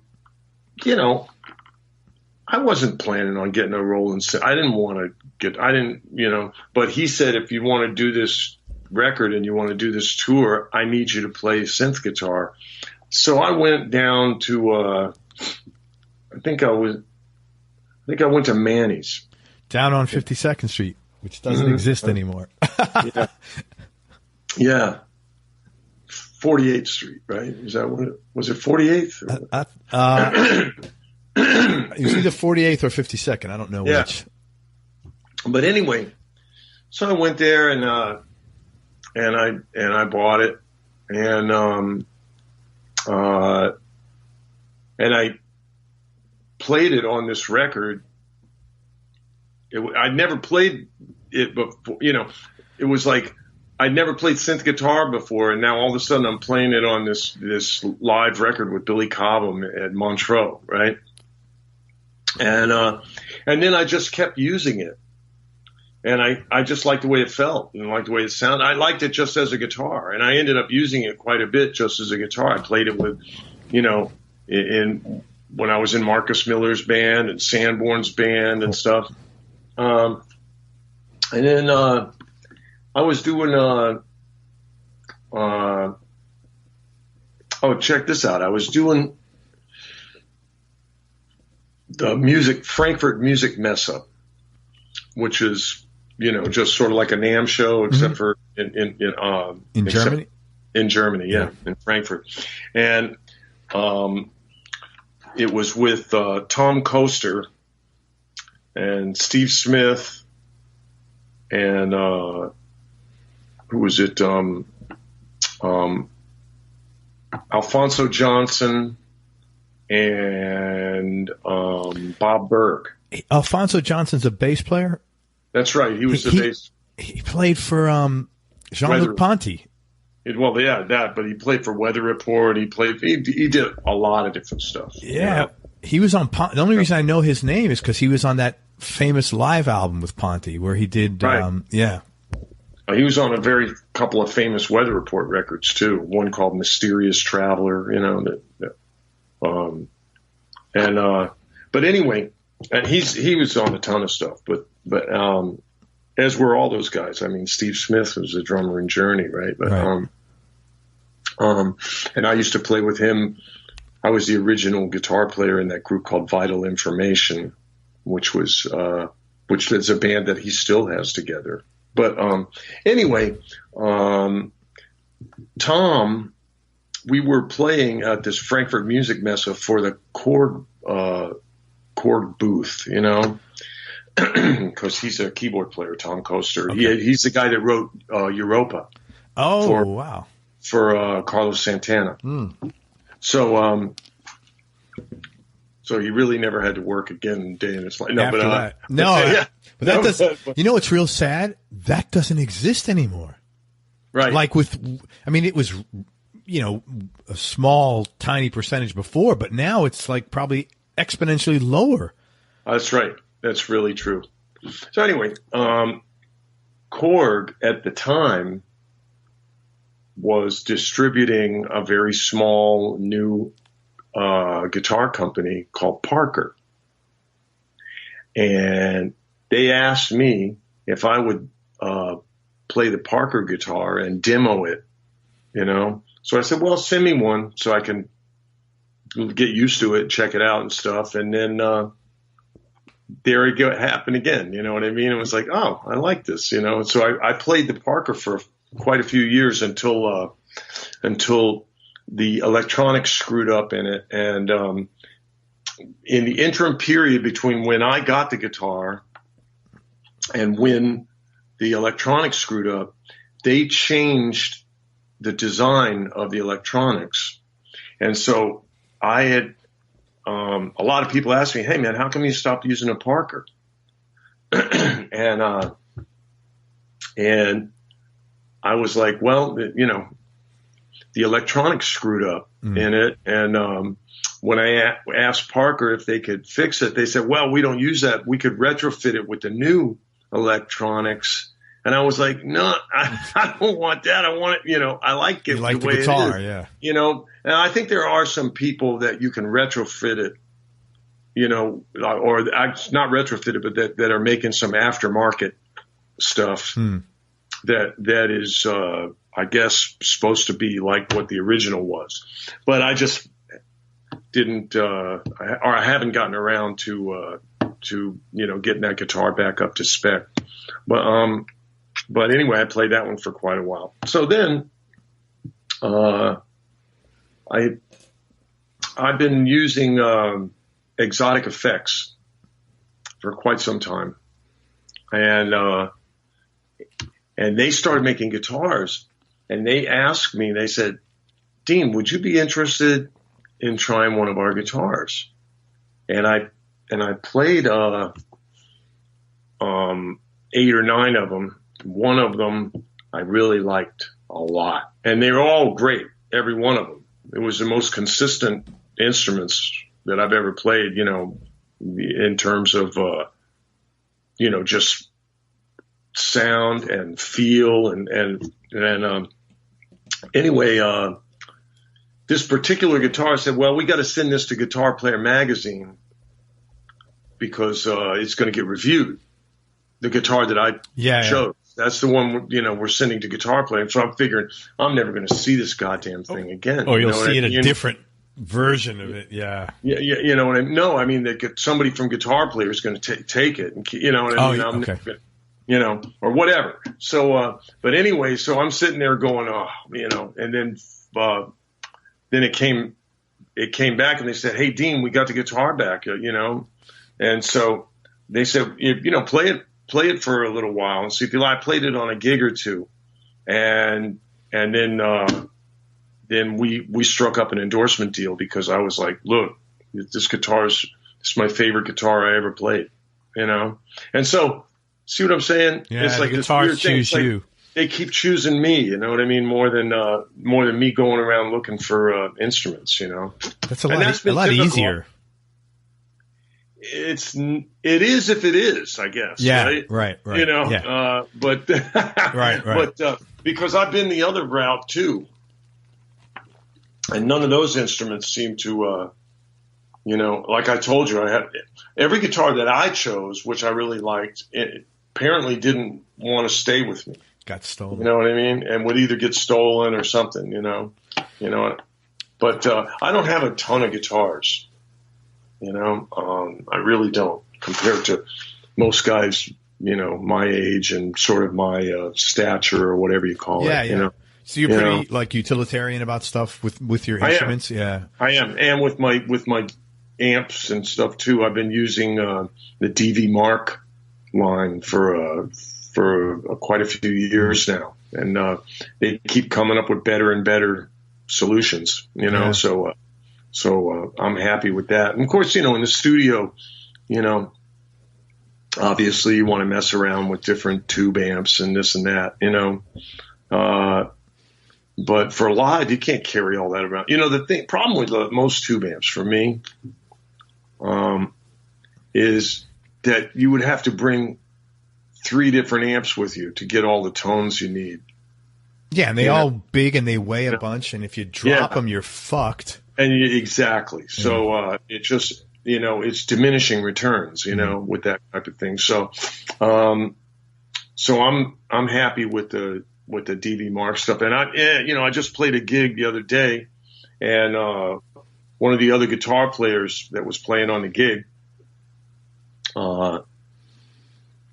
he asked if he could check out my amp and stuff. And I said, yeah, go ahead, check it out. And he was flabbergasted. You know what I mean? He was like, my God, this thing does not sound like a little teeny, you know, solid state amp. You know, it's the DV Mark Micro 50 is what I've been using.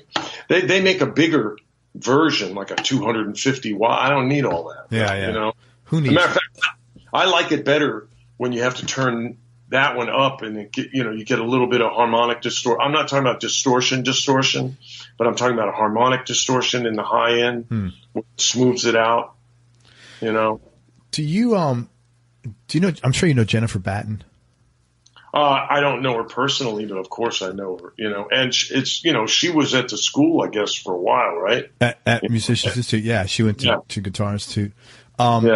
She told me she plays a 100-watt amp that she fits in her purse. It's like 3 pounds. It's just amazing. Yeah. I mean, and she does the same thing. She's like, you know, I don't want to be lugging amps all over. You know, you can't. She's going all over the world. And yeah. And the thing is what you want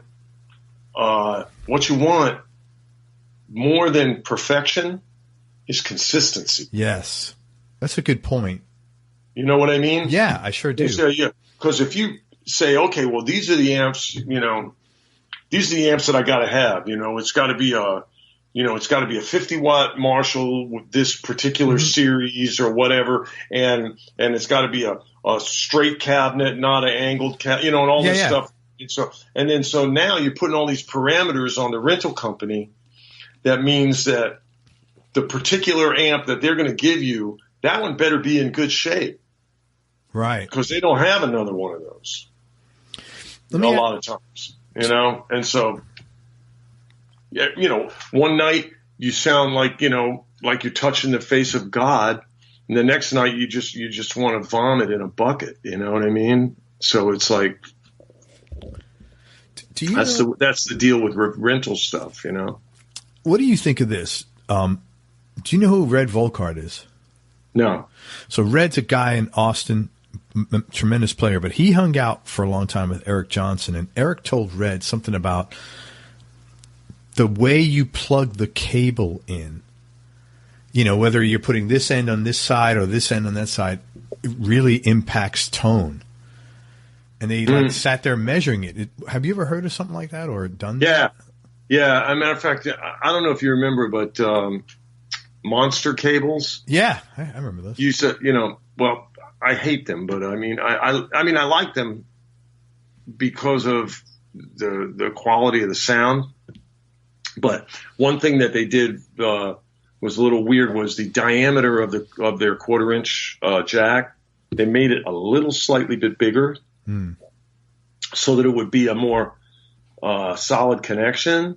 But what it does is it messes up all the female jacks. Oh, so that the next plug you put in there is it's wobbly. Yeah, exactly. You know what I mean? So I mean, after a while. Yeah, sure. So, but anyway, I'm mentioning that to say, and they were gold plated and stuff, right? So which is, they got to justify the price. Well, no, it was supposed to be, I guess, because it was, gold was a better conductor, but I actually don't believe that's true. I've talked to a couple of electronics people, and they were like not convinced that gold might be a more consistent conductor, but not necessarily the best. But anyway, we're getting off the track. But those cables had an arrow. Okay, interesting. Which would tell you which direction the signal should go. You know what I mean? And it did, and I A-B'd it. I said, man, let me put it in backwards just to see. You know what I mean? Because I don't. You got to look at that skeptical. And it was a little bit different. You know what I mean? But I'm not one of those guys. Just play the guitar. You know what I mean? Yeah, and it's funny. I was talking to a guitar player yesterday, and he was saying something about, he thinks it's good to play on shitty instruments once in a while because it improves your, you got to perform. So if you can perform on a shitty instrument, I disagree with that. Yeah, you disagree? Like, really? Yeah, really. I mean, the thing is that the idea is not to try to. This is not a test of manhood. You know what I mean? Yeah, I this understand. is not. Yeah.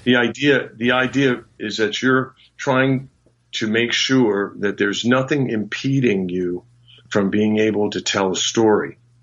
Problem is now when you have a shitty instrument, now you have to press the strings different and do these things and mess with your technique to get the guitar to sound the way you want, for each note, and those things mess with your time. And if it doesn't feel good, it isn't good. Yeah. You know what I mean? Yes, I do. So there, I'm just going to have to respectfully disagree with that. No, that's cool. I like that about you, by the way, because you're very direct, man. I really enjoy that because you've said that couple of things like that. And I really I appreciate that, man. Well, I mean, direct is one word. I guess old could be the other word. No, because you got a lot of old people. No, because look, this is a fun hang, man. If someone can't be themselves here, like I feel I'm doing something wrong. Right. So I like that when someone has balls and says, no, I don't agree with that. Even if 100,000 people do and you're the only one, because why not? I mean, that's what, opinions, they say about opinions. So, I mean, that's the thing is that, it's what makes us recognizable and unique, as players is that type of stuff. Yeah. And then, so when I say I disagree, I'm talking about for me. Yeah, of course. I totally get it. Yeah. And just the same way where he was saying it, I'm hoping he was saying it for him. I don't think that there is no dogma really when it comes to music. No, I mean, it seemed like what he was saying was that you should do that from time to time to just work on being able to do that. And trust me, man, look, anybody that's a good musician, that's a really good musician, is capable of getting through a gig on a bad instrument. That it's just not because you still have your musicality and you're just having to dumb it down. You know what I mean? Yeah. And that in order to be able to work within the parameters that you've been given. Sure. Let me ask you this. Are there any players, Dean, that have influenced your playing that people might be surprised to hear? Well,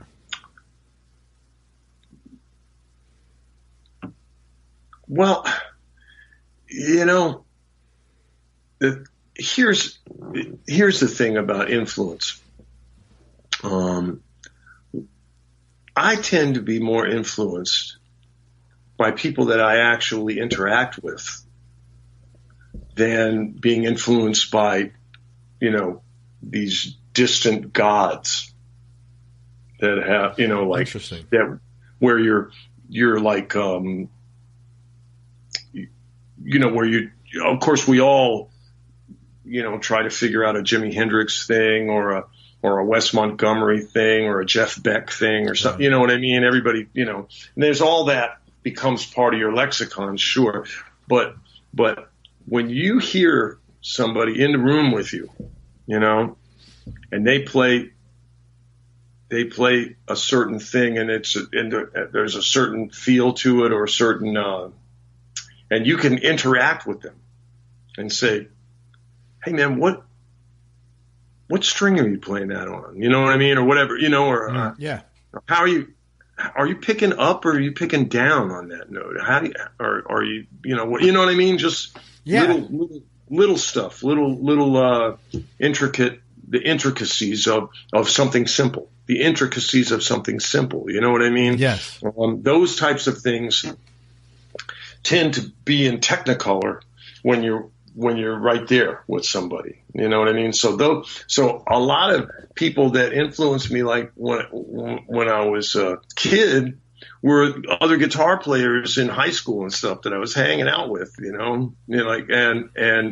I'll get to the more serious answer of this, but I just really wanted to emphasize the fact that I think we're influenced, whether we realize it or not, much more by our close proximity environment people than by the, stuff that's coming through a CD player or an MP3 or something, or a YouTube or something like that.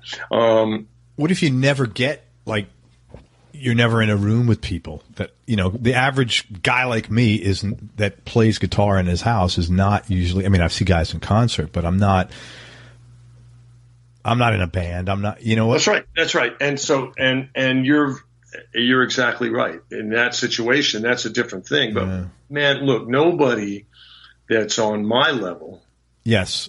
Right. Has did it in a vacuum. No, 100%. You know what I mean? You've got to get your ass kicked by people that are better than you. And that's a heavy influence. So that's it's a bit of, Craig. That's a bit of a different conversation. Yeah. You know what I mean? Well, I was thinking to myself, shit, I need to get around. So I don't know how to do. I was like, I'd love to be in that situation, but I'm not. Well, going to hear people play. That's it. I think I try to. I live in San Diego, which is, forgive me for this, everybody here in sunny San Diego, but San Diego, in my opinion, is not a music mecca. I'm surprised. I thought there'd be more. It's I don't know. I think people are too chill and happy here. No, my buddy lives. I have a buddy who lives there, and he's always saying San Diego is totally different to the rest of California. It is. It is. It's but and I didn't move here to get for that. I moved here to have someplace nice to go when I'm not gigging. Yeah. How long have you been living there? 13 years now, something like that. So it's working. Yeah. I wish they had a faster way for me to get up to LA, but it's coming. Probably not. By the time I need it, it won't be. But the super high speed rail systems that they're talking about. Yeah, that would be a effective thing. Like if I could get up to LA in 40 minutes instead of 2.5 hours, that would make a big difference, But anyway, so get back to this back to the influence thing. I mean, I would say probably one guy that people might not be aware of, unless they listen closely, would be Johnny Winter. Wow, that is surprising. In what way? I mean, great. I love one of my all-time favorite blues players. In what way?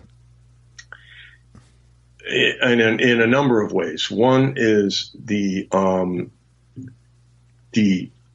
rhythmic intensity of his lines, and just his rhythm in general, was so much, it's so underappreciated, I think, and to me, he's my favorite, dobro player, like maybe he might not be the best, but he's my favorite. Yeah. He very, very soulful. So soulful, so much heart. And he's one of my favorite singers as well, but his guitar playing, there was a certain, there's lines that I play to this day that I can go, that's verbatim Johnny Winter. That's pretty cool. What I mean? And then I just like with anything else, like Hendrix did this thing, for instance. Of course, Hendrix was, those are obvious. Those types, you know what I mean? Yeah. But Hendrix, Hendrix did that. He goes like that, and I came to realize, because I just used to play it, but then I was like, oh man, that's in 5. I never even thought about it, but 1, 2, 3, 4, 5, 1, 2, 3, 4, 5, 1, 2, 3, 4, and he's doing it in all these different ways, and then how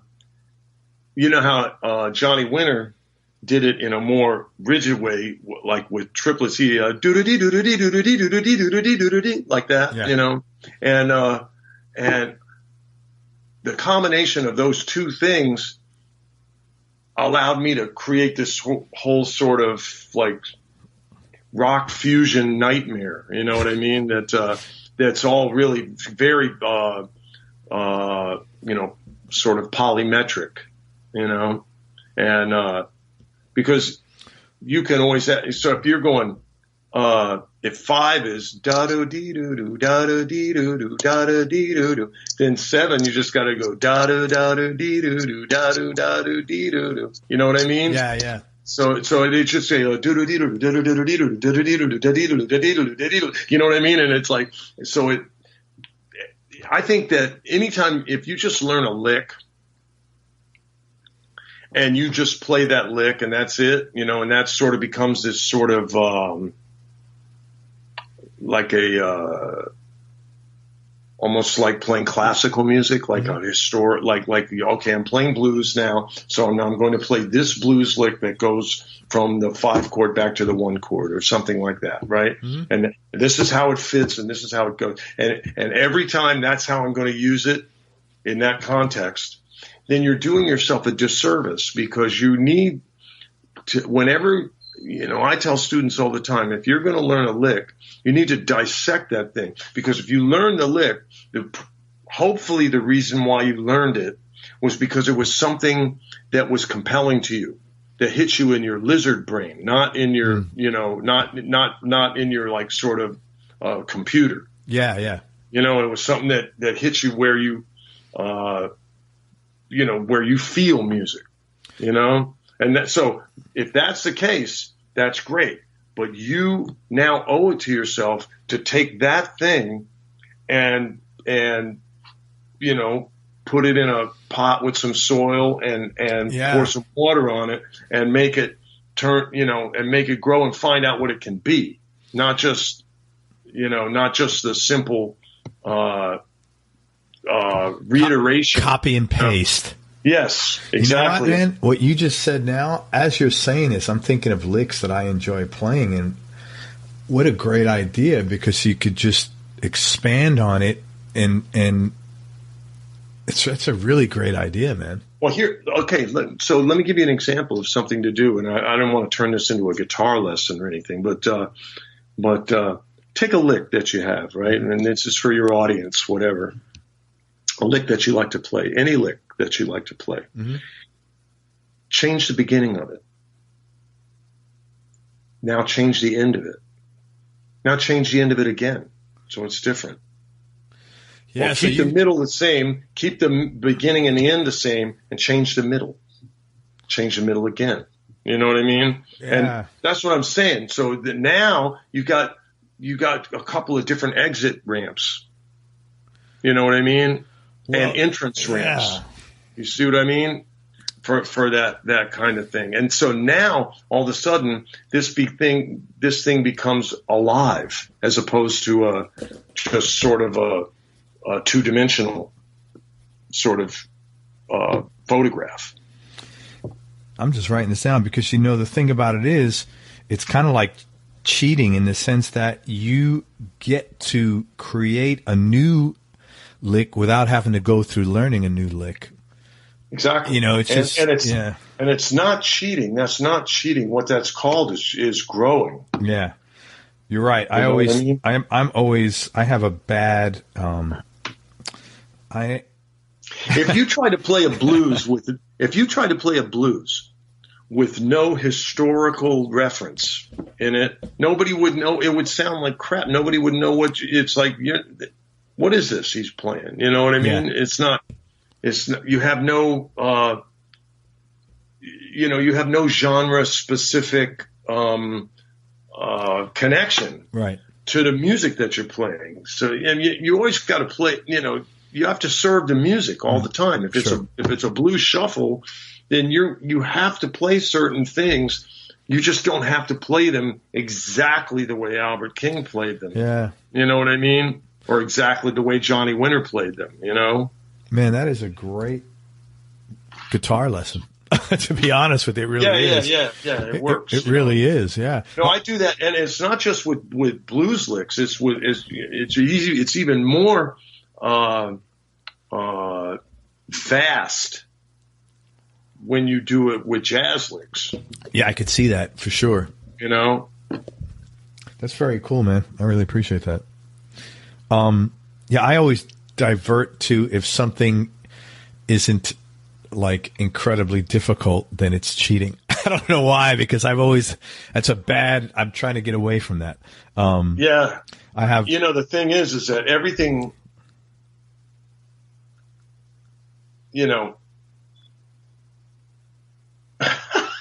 what Marcus Miller said to me one time. I was practicing it was the book 2 of the Well-Tempered Clavier, which is the books that Bach wrote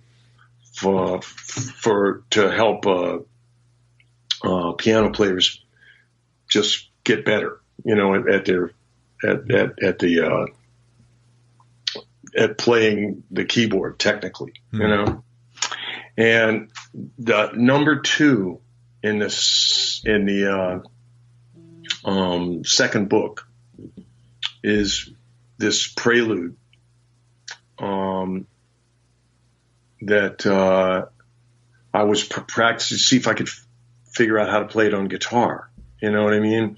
And I'm working on it, and I'm playing it, and Marcus says to me, he goes, "What's that?" And I told him what it was, and and I said, "Man, it's unbelievably hard." And he goes, "Yeah, but it doesn't sound hard." He goes, "Man, you gotta, if you're gonna learn some hard shit, it's gotta be stuff that sounds hard." Just to impress people with. And I knew what he meant, you know what I mean? He was like half kidding, because then he said right after that, he goes, "No, man, I'm just kidding, man. That's, that's pretty cool." Cause he's a piano player too, Oh, so, I didn't know that. Yeah. Well, I think I write ad copy, and a lot of times over the years, I've written a lot of copy. People say, "Man, that's so smooth. It must be easy." And I'm like, "Fuck, it's the total opposite. The more you kill yourself, the smoother it sounds." That's exactly right. And that's what you're saying. Yeah, is that you want to, your technique needs to be, okay, let me put it this way. Your practice room technique needs to be 5 times what your gig technique is, in order to be able to execute stuff well on the gig, So a lot of times people think, oh man, I can play the shit out of this, until you get in a situation where you can't hear the bass player that well, and you're, or the damn drummer started the song too fast. You know what I mean? Yeah, I totally get it. Something like that. Now all of a sudden you're like, uh-oh, So you got to over prepare like everything else. This way you can handle whatever comes at you. Yeah, you got to be, you have to, like once you've got it, right? Then, if you play it 10 more times, Yeah. Once you've got it, play it 10 more times and perfect, and then maybe you've got it, I totally get it. Yeah. So that's, that's just, and this is not any kind of cryptic secret. This everybody does the same thing, no matter what genre of music they're playing. That anybody that knows the how you become affected by nervousness or some unforeseen anomalies that are happening on stage and stuff like that. Your technique has to be able to bash through those like an icebreaker in the Arctic Ocean. You know what I'm saying? I do. Yeah. I practice here. Like if I learn a lick, I never just learn it on, in A. I'll go, start at the bottom of the top of the neck, come all the way to, practice it all the way up, because for that reason that you're saying. Well, it's the same thing like with jazz, man. It's like somebody say, this song, and it's like, yeah, I know it in the key of C minor, and then it's like, wow, well, you don't know it then. Yeah, I get you. You know what I mean? You just know, I do get it. No. Hey, talk about, speaking of jazz, and maybe this will be one of your answers. If we looked at your Desert Island discs, your top 3 Desert Island discs in no particular order, and knowing that you could change tomorrow, what's the first 3 CDs that come to your mind in a knee-jerk reaction? And I have to figure out a better word than CDs, because talk about being old. No, there is no CDs. Records. You can just say records, right? Records, yes. Records, because a record is at the end of the day, a record means a record or an album or a record of that stuff. John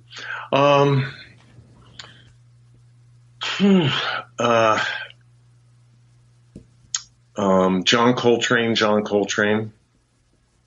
was a record on Impulse. How do you remember that? It was on Impulse. Oh man, because it said it was a blue cover and it said Impulse. Oh, okay. It said it on the front. Yeah, I get it.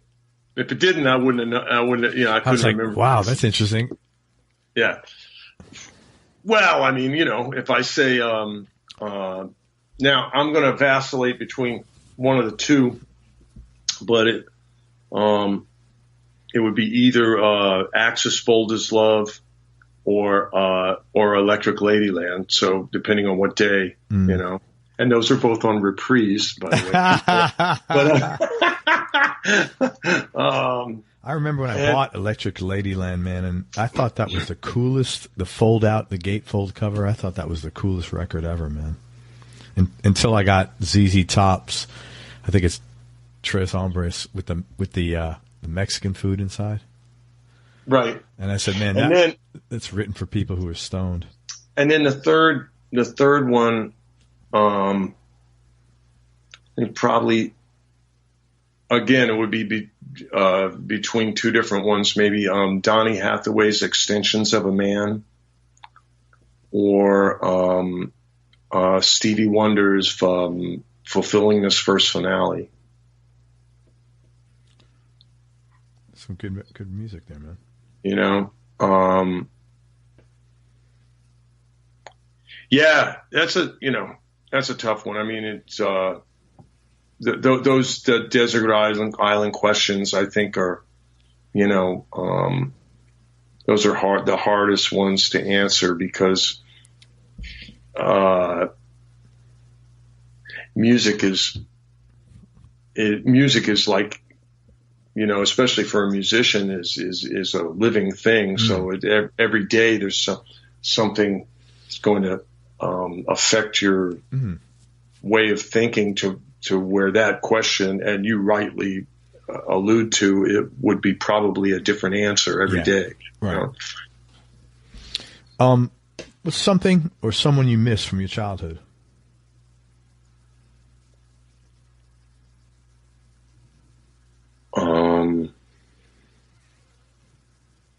Something or someone? Either way, yeah. From my childhood. You have a real New York accent. You know that, right? Yeah. That's really funny. So. Yeah. Yeah. It's because you didn't live in New York at all, did you? Well, I did, but that's not true. That's not you true. You did live there for yeah, how? when my dad was in Korea, I lived in New York, and then I lived in New York my whole life, from when I graduated college. I didn't know that. Okay. And I lived there again when I was 12 or 13 years old. So that was kind of, Long Island was kind of a home base. Yeah, you mentioned that. So we would kind of get back there from time to time. And you got to remember, my old man's from the Bronx. Right, you did say that. Okay. So, I come by my accent, honestly. The weird thing that most people pick up in my accent is that there's some weird Southern stuff going on in there too. And that's because my mom is from North Carolina. Oh, okay. And so there was this kind of... that's a funny combo, the Bronx and North Carolina. Yeah, well, my dad went to North Carolina State, and that's where they met. Okay. So, yeah. So, yeah, it's kind of weird. Yeah. But it's funny when I'm on Long Island, people say, "You're not from here, are you?" Really? Yeah. But when I'm down south, they say, "Well, you're from up north, aren't you?" Or so, So it's yeah. Something or someone you miss? Oh, right. From your childhood. Yeah, I got. I can't really think of anything that comes to mind that from my childhood. As I told you, I went to like 12 different schools and stuff, and so it wasn't like I was anywhere long enough to really miss anything. Yeah. Now, don't get me wrong. I mean, I still have a lot of friends from my high school days. Oh, that's cool. I still do have friends that are, well, of course, a few of them have passed away, unfortunately, but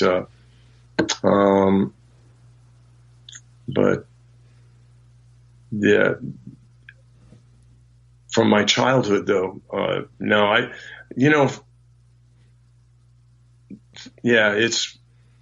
can't say that there's something or someone that I miss from that, of course I miss a lot of people,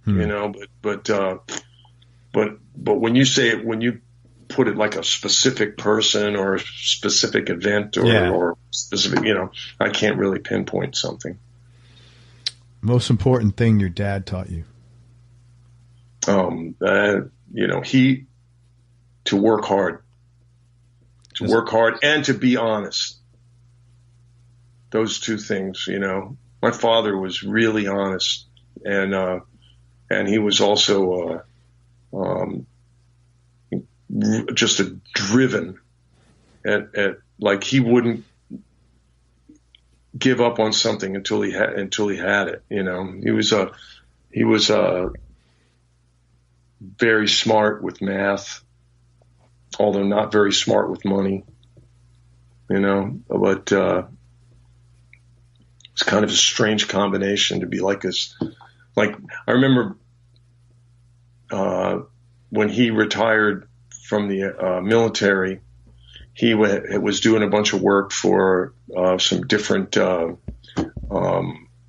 like construction consulting type firms, engineering type stuff. He was an engineering major in college, and so but he became disinterested and disenchanted with that kind of work, and just wanted to get into this new field of computers, you know. And he learned all of the machine languages and COBOL and Fortran and all these different, and nobody knew what he was talking about, you know. And meanwhile, later on, fast forward, you know, to like you know, Windows and iOS and stuff. He was lost. Wow. Because it was in a way, I think it was too easy or something. You know what I mean? It was like, you know, I could do it. You know, I get it. So it just seemed like it just, for him, it just didn't compute the same way. You know, it's kind of interesting. That's even interesting that you said that he was from the Bronx and he went to North Carolina State. That's an unusual, you know. I think, well, two things. He had a plan, you know what I mean, because he went ROTC. Yeah. Okay. You know, and he also wanted to go to a school that had a good engineering, you know. Yeah. So I guess that's. You know, I guess that was his motivation. I wish he was around right now so I could actually confirm that, you know. Maybe I'll ask my mom. It's interesting because I grew up in the Bronx, and you're very ethnocentric. New York City is a very ethnocentric place. You think that that's it. You know, you kind of, you're aware of like California, Florida, you know, you heard about Texas. Right. But it's really, it's like you have this attitude of, not that you're better, but like you don't need any more. It's just, it's really weird, which is a short-sighted attitude, and I'm really glad I left, because I've met some wonderful people that are like very Southern or wherever. You know? No, but New York is, I mean, you know, New York is like it's its own world, you know, and very much, and it makes sense in a way. I mean, there's so many people, and it's dense and fast, and so it's you know, it just seems like other things seem irrelevant. It's a very good training ground for life, to be honest with you. It is. How about your mom? What's the most important thing she taught you? Well, my mom was a jazz singer. Yeah, you did mention that. You know, so I mean, I would say the most important thing that she taught me, not only through not only consciously, but just through watching her, was professionalism.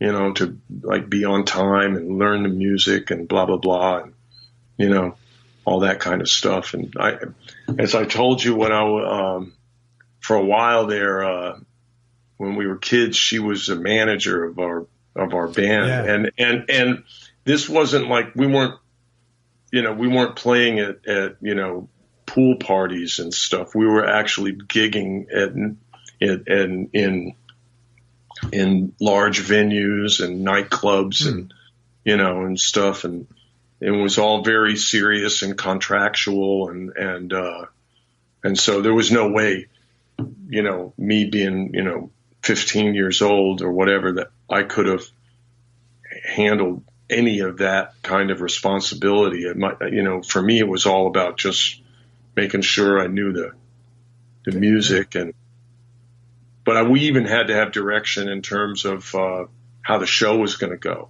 You know, like as far as planning that. That's because we were, you know, wanting to play, you know. Are you don't, if you're not comfortable answering this, that's totally fine. Are you married, single, in a relationship? Married. How long have you been married? We just had our 35th anniversary. Dude, congratulations. Yeah. Thanks. That is so cool, man. Yeah. That's your biggest accomplishment. Yeah. Screw all that music shit. Right. No, seriously, man. That is. I know. In this day and age. I know. Good for you. Congratulations. That's really cool. Yeah. You have kids? Thanks. Nope. That's why you're so confident. That's right. I'm telling you, man. That's why I got no hair. Wow. That is really cool. I have 3. How many kids? Have 3? Yeah, but that must be cool too, though, I imagine. It is cool. It's good now. My oldest son is almost 28. He's got a 3-year-old, almost 4-year-old, actually, granddaughter. My youngest son is 26, and my daughter's 18. Oh, okay. Yeah. So, so you made it through the. Yeah. That's the thing. I'm proud of that. Yeah, like we hit 25 years together. My sons are from previous marriage, but my wife's raised them. We've been together 25 years, and yeah, it was tough. It's a lot of work. The kids add a lot of work. It's another dimension of like. It's just tough raising kids. It really is. For us, it was. For me, it was. I mean, I speak for myself. I think it is for everybody. You know, I mean, I don't think because, I mean, you owe them. Well, it's a lot of responsibility, and I'm like, saying. It's your fault. So right, you owe them, yeah, you know? Right, exactly. So, and I always looked at it like that. You know, they didn't choose to come here. I chose to have them. Right. And I'm really like with responsibility in general. I'm very conscious of that, so I always took that really serious. And that was when my kids left, and I don't want to make this about me, but I'll say it just real quick. That was when I moved out. I mean, that was the biggest. Like, I felt a weight off my shoulders because they're on their own, and that was a big responsibility. I don't think they're ever really on their own. Well, they're not, but I mean, they're not here, so right. It's like they always have stuff, which I'm really happy to help them. And I'm glad they come to me. Of course. Well, congratulations, man. That is really great. 35 years. Yeah. That is very difficult, man. And I give you guys credit. No. It was easy. Really? Oh, man. Oh, that's great. Easy. You guys got the right connection. Yeah. You have any hobbies or interests outside of music? Yeah, I fiddle around with I play tennis. I play it quite a lot and not very well. You know, and I used to in New York. I played paddleball religiously. Yeah, you know. Now you're from the Bronx, so you must know about all the game. Courts. Yeah, of course. Yeah, it was paddleball courts all over the place where I grew up. Yeah, and people don't know anything about that anywhere else in the country. Oh, really? Except for maybe Florida. There's a couple places where you can play, like in Hollywood Beach and stuff, because I played there. That's interesting. Yeah. Well, now in the city, paddleball has become a very Latin sport. It's very highly dominated by Latins, you know. Where? In New York, in the city. Oh, no, it always was. Yeah, it's really. It always was, but there's another side of it. It's always been like, it's sort of a blue collar deal too. Yes. Like, so I played with a lot of policemen and firemen and stuff like that, you know, and guys that work for the city and, it's like, it was, it's a working class sport. It is. We used to call it ghetto tennis. You know what I mean? That's a great name. Yeah. But it's a great game. And I miss that game a lot. I'll tell you, we every year, with the exception of a couple of years, I've gone back to Long Beach, New York, to play in September. They have the Long Beach Jazz Festival, and one of the motivating factors that gets me back there every year is I get to play paddleball for a couple of days. Good for you, man. You know, and so yeah, I was really kind of addicted. And paddleball, I mean, in the wintertime, we would go out with shovels and salt and like a bunch of idiots, you know, and it's like 10 degrees outside and guys are out there, you know, chipping ice away from the court and stuff so that we can play the next day. Yeah. You know what I mean? And And so it was like that. And then we'd have all these different contraptions to keep the balls heated. Because you can't play if it's freezing outside and you're playing. It's a rubber handball. Yeah. Is it'll break your elbow with the thing. If you hit that piece of like rock. So people would just bring like hot water and keep the balls in boiling water and stuff and take them out. Yeah. Is that those little black balls, right? Is that what you're talking about? Well, they're different. There's black ones, green ones, blue ones. Those are the three predominant colors. But I think blue has won out. There's problem is that the sport is kind of popular, but not popular enough to keep the manufacturers of the better products in business. Yeah. One company, we would migrate from one ball to another ball, as the companies kind of went out of business. Yeah. Right now there's a company on Long Island though that's making balls and paddles that are both very high quality that he's got enough of a niche market, I think, where he's going to stick around for a while. So that's cool. That's good. Well, it's just like in the summertime, these guys who play basketball, it's 95 degrees and humid, and they're out there. I mean, when you're devoted to a sport, it's, Yeah. Well, and same thing with paddleball. I mean, when it's really humid and hot out, people are still out there playing, Of course, in the summertime, people start playing at 6 a.m. instead of at 8. Yeah. But that's cool that you do that. Yeah, you seem like you're in pretty good shape. I try. I mean, the other thing my wife and myself go hiking like about 3 days a week, and that's been good. It's good therapeutically, I think, and it's also, and it's good, to just get some good exercise without, sort of killing yourself, just a nice walk. You can do that locally where you live in San Diego? Oh, yeah. That's the cool thing about San Diego. This is a very outdoorsy place, Yeah. Anything you're trying to improve on currently, like musically? Well, I know musically you're always trying to be a better player, but personally, business, anything else? Well, yeah. I mean, business-wise, man, I'm trying to understand the newer kind of business models that are sort of presenting themselves for us musicians, for not only playing live, but especially for recording and selling your music and getting some sort of a return on your investments. See, the thing is the weird thing about the whole idea of creating music is that it still costs just as much to make the record, but now nobody pays you for it. Yeah. You know what I mean? Yeah, it's totally. So you got to just figure out, so I'm learning about ways to take advantage of the internet and of avenues like that. And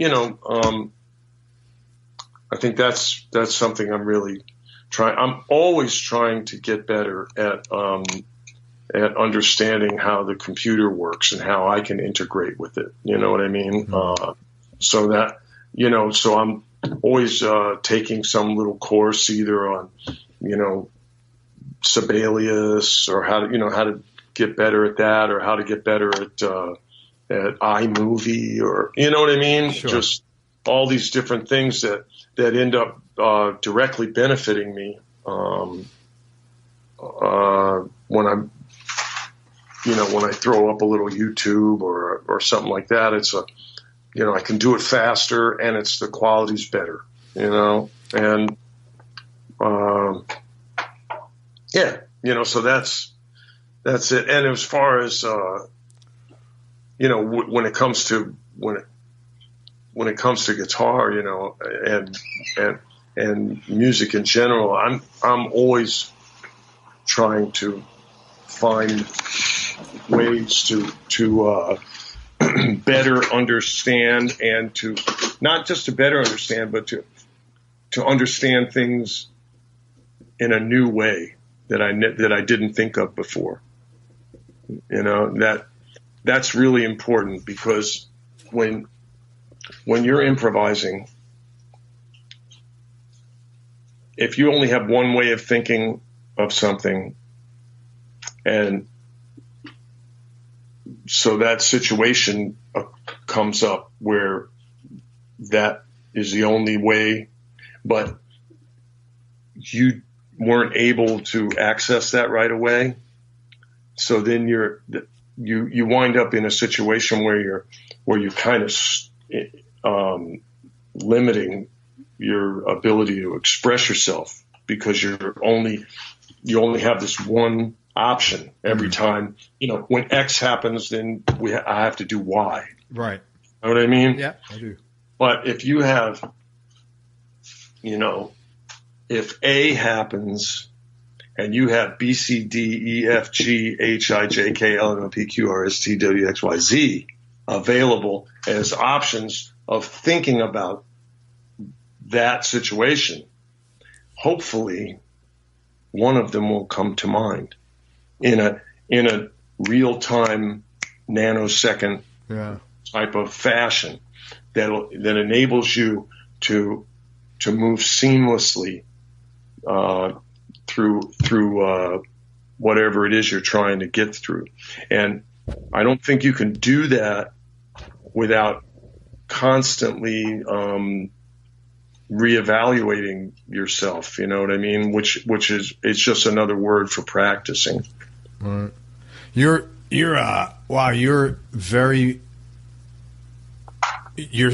super prepared, man. That's one thing about you. I could tell. You're always. Being prepared is a very critical thing for you, and it is. Yeah, it is. And I almost I think there's a bit of a culture amongst the better musicians of not being prepared, because they can just rely on their immense talent and reservoir of knowledge to get them through stuff. Which you can, obviously. Yeah, but I resent it. Yeah, it's interesting. I resent it. That's why I hate all-star bands. Because everybody just gets together and says, you know what? People are still going to love us, Yeah. Because we're able to, play something, when it gets time for the solo section, we're able to make up for all the horse crap that we played up until that point, Yeah, your standards are super high, man. I could see that. I'm not. That's the thing you have to defend. That's a good thing. Yeah, I guess so. But I just don't see it that way. I don't see it that way. I think because they're your standards. I think they're. Yeah, I think they're, you see it as that's the baseline minimum. Yes. Yeah. Absolutely. I don't. Standards. And that's what. So when people aren't prepared. Yeah. Like I said, it's not like normally. A lot of guys that say, "Oh man, it's just music." It's not. It's not world peace. Or whatever. And I'm like, yeah, but this is all I got. Yeah. This is church. This is church for me. No, I totally get that. Yeah. So you're just. I want you to know, in no uncertain terms, right now, that I'm offended by you because you couldn't take the time to open up the chart and figure out this part that we're having to sit here and waste time. That being said, the opposite end of that is, man, anybody that comes and pays money to see you play can pretty much be you've given, you got nothing left in the tank by the end of your show. I can tell you. That's right. Much. Yeah. That's right. And I think that's,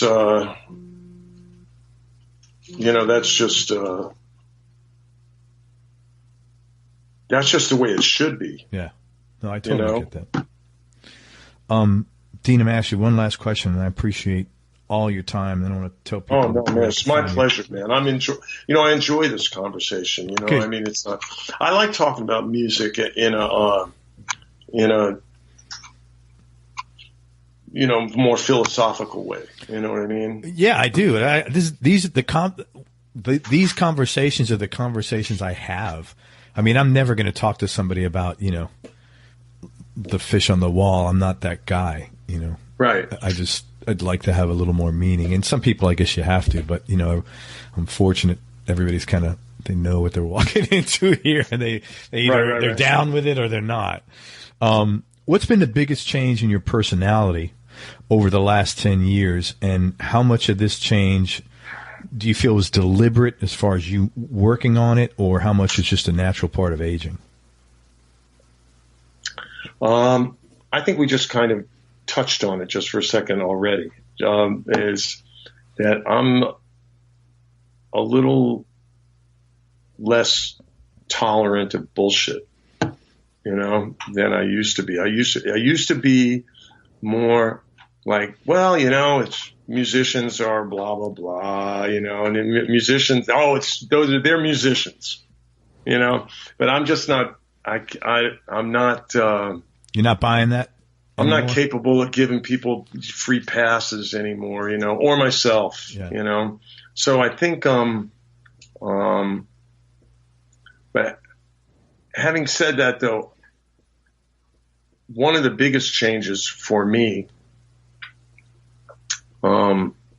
which is a kind of an opposite statement, is to kind of realize that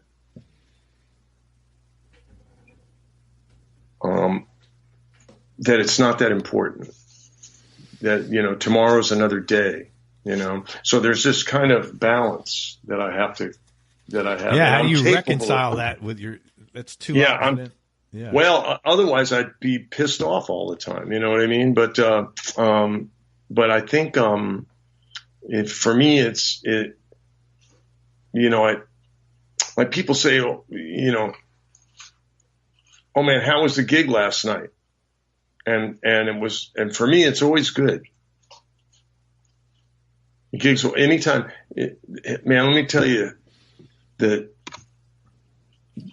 the same feeling that I had the first time I had my Sears Silvertone guitar, right, with the amp where the case opened and that was the amp. Yes. And I turned the amp all the way up, and I didn't even know how to tune the guitar or anything like that, right? And I just hit a chord, right?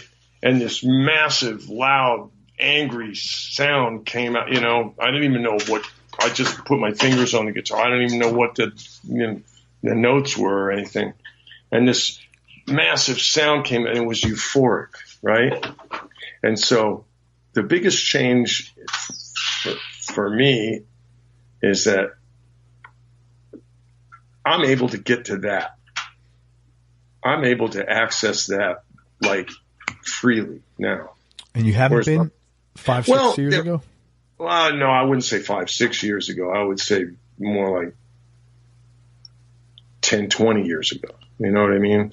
What was going on 10 or 20 years ago that made... Oh, well, I just felt this urgency that everything has to be, everything has to be perfect all the time. And, and I have to be better than I was the day before and all that kind of stuff. And it's like, and it's just impossible, And so, and don't get me wrong, I still feel that way, in terms of, like I said, I want to always feel like that I'm understanding myself and music and the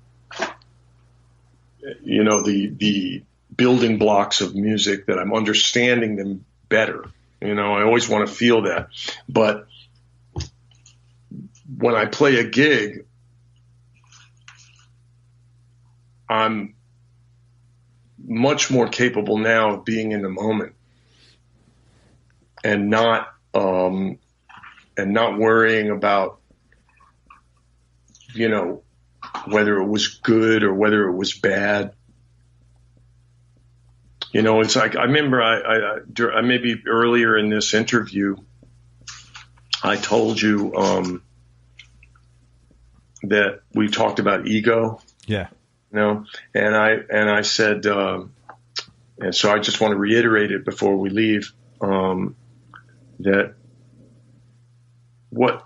it's very important that when you play, that you don't think about whether what you're doing is good or whether it's bad, or you don't think about whether the audience likes what you're doing or whether they don't like what you're doing, or whether the other people in the band or what. The only thing that's important is just playing the next note and staying in tune with the music, staying focused on the music, because all of that other stuff, like I said earlier, I call that noise. And so it's your ego trying to close your creativity in, and so I'm much more capable now of just releasing my ego than I used to be. Is that something you've worked on? Or is that just natural? As a part of aging. I think it's a combination of the two. Yeah. I think I had to work on it, but now I don't. Gotcha. But it's like anything else. If you don't stay in touch with your instrument and listen to music and constantly try to, elevate yourself spiritually or mentally, then it's not going to be that easy to do that, because that ego shit is going to just really overpower your ability to focus. I do. I think it's like, like everything else. If you're not watering the grass, the freaking lawn's not going to grow, man. And that's right. There's a lot of shit involved in watering the grass that's beyond watering the grass. So right, exactly. Man, I can't thank you enough for your time and candor. I really appreciate it. I want to tell people where to find you, and let's talk about a couple of things you got going on. So first of all, you got a live record. Everybody can find you at deanbrown.com, which God knows how you got that website. I had it before I even had a computer. Yeah. Well, you'd have to, because that's probably a reasonably common name. Yeah. So go to deanbrown.com. Let me tell you where you could find. Well, let's talk about one thing at a time. Talk about the live record you got coming out in the fall. Okay. I'm going to go to Prague in Czech Republic, and we're going to do there's a guy there that does specifically vinyl. And he has this small, it's like a recording studio /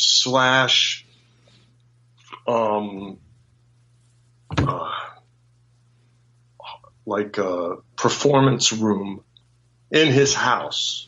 Okay. That he sells tickets to, and people stand on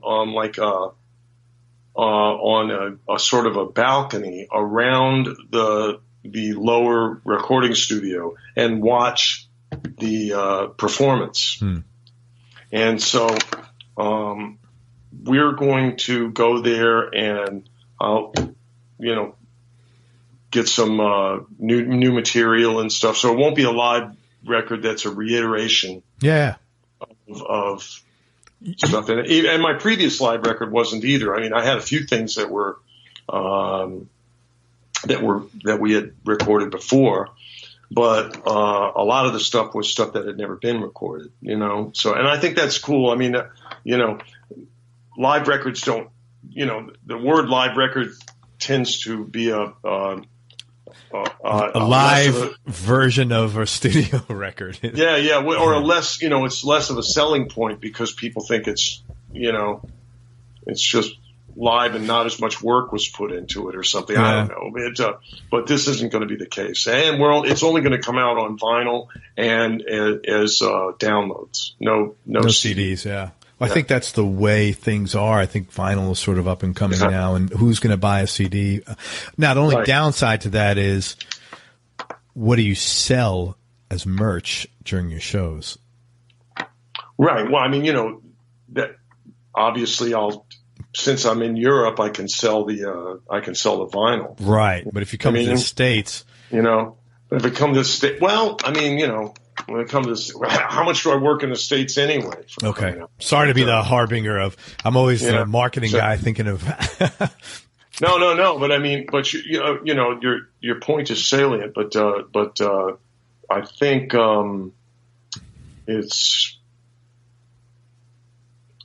I can always sell some little card or something that, download card. Sure. And so they still have something they can sign. Yeah. And at the end of the day, I mean, who the hell has a CD player anyway? You know what I mean? It's no clue.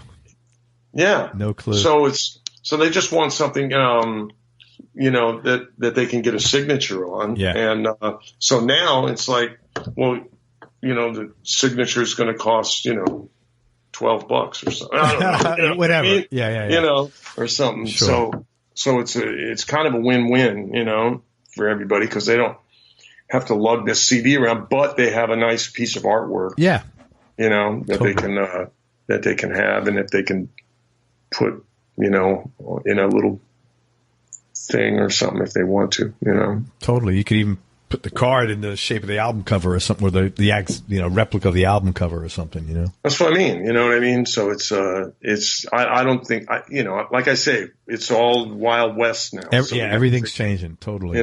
So we'll figure it out. But so that's happening. And that'll be out in the fall. Yeah. Then I'm working on this kind of a bigger project, which is this, Summer of Love, Evolution, which I'm planning on having coming out in the summer of 19. That's 50 years after the original Summer of Love. Yeah, exactly. And and that's like I said, that's kind of a bigger thing. I'm planning on having a lot of guest artists and vocalists and blah blah blah. And it's a multimedia thing where it's going to be like light show and all that kind of stuff, and maybe movies and slides and stuff going on while it's. What was that light show they used to have at the Fillmore West? Right. What was the name of that? Man, I can't think. The Joshua Tree or something like that. Yeah. It was fantastic. Yeah. But that was always part of. Yeah, that was part of the show. Right. Everything was very visual. And so I want to make sure that that's represented as well in that project. And then I've got my online stuff going on, my Skype lessons, and a couple of different companies have recorded video lessons series with me. Let's talk about that. Well, first of all, on your website, do you list also your tours when you're gigging? Oh yeah, of course. Okay, great. Okay, so I think first of all, you said Skype lessons. If you have not heard Dean Brown, he is a phenomenal player. And again, I want to give you some videos on his YouTube channel that are awesome. He's got a song called Teen Town. That's a Jaco Pastorius song, and that's something he did with the Marcus Miller Band, and that is on his, again, Dean Brown's YouTube channel. And he's got a piece that he played. He did Little Wing, which is a great song by Hendrix, obviously, at the Catalina Bar and Grill with Miles Evans, who's Gil Evans' son there. So check those two out. And if you are familiar with Dean and you want to take some lessons from him, shoot him an email at deanbrownweb, and it's DEAN brownweb, WB, at gmail.com. And he does take on students. And I think you have Jam Play is one of the companies that you have a product coming out with. That's right. Jam Play. I have like a whole, it's like a 30 lesson thing on rhythm guitar. Oh, and then cool. I did it. Yeah. And then, there's another, company called My Music Masterclass, that I just did something for. I'm not sure when I'm sure they haven't edited that yet. I just did it, so, so you can look for those, and I'll definitely post those on the website when they're available, and through various social media, so people can be aware of how to get them, or how they can. Great. And your social media is Facebook, Instagram. What else are you on? And the YouTube channel, of Great. course. And Facebook and Instagram is what? Dean Brown Music. Facebook is, I think it's Dean Brown Official. Great. And I think so is Instagram. Dean Brown Official. Cool. I think so. Yeah. It's in my, you can go to his website. You'll see the links on there. You'll see it on the links on the website. Man, I can't thank you enough for everything. You're a super cool guy. Do you have any final words of wisdom? No, I mean, other than, just remember that music is supposed to be fun, and it's, not something that you should ever be sort of, feel bad about. You know what I mean? Yeah, I do. So don't bring any kind of negativity to your creative process, because it's very difficult to move forward. Yeah, and things happen when they're meant to be. Yeah. Thank you, man. I can't thank you enough, Dean. You're awesome. Really glad I got to connect with you. Everybody, thank you so much for listening. I hope you enjoyed this interview as much as I did. Thanks again very much to Dean Brown for spending time with us. Check him out online at deanbrown.com and on his YouTube channel as well. I really appreciate it. Thank you, man. Oh, my pleasure, man. And meanwhile, I got to run now. I got to teach a lesson. Go to everyonelovesguitar.com. Sign up to get notified about future episodes, along with early product announcements and discounts. And remember that happiness is a choice, so choose wisely. Be nice, go play your guitar, and have some fun. Till next time, peace and love. And we hope you enjoyed this show. If you did, subscribe to the Everyone Loves Guitar podcast, and you can do this online at everyonelovesguitar.com or on iTunes. And if you like the show, please leave us a 5-star positive review. The more 5-star reviews we get, the higher our show ranks, and higher rankings mean we get to continue speaking with cool, interesting guests on our show. We'll see you on the next episode, and until then, keep playing your guitar and have fun making music.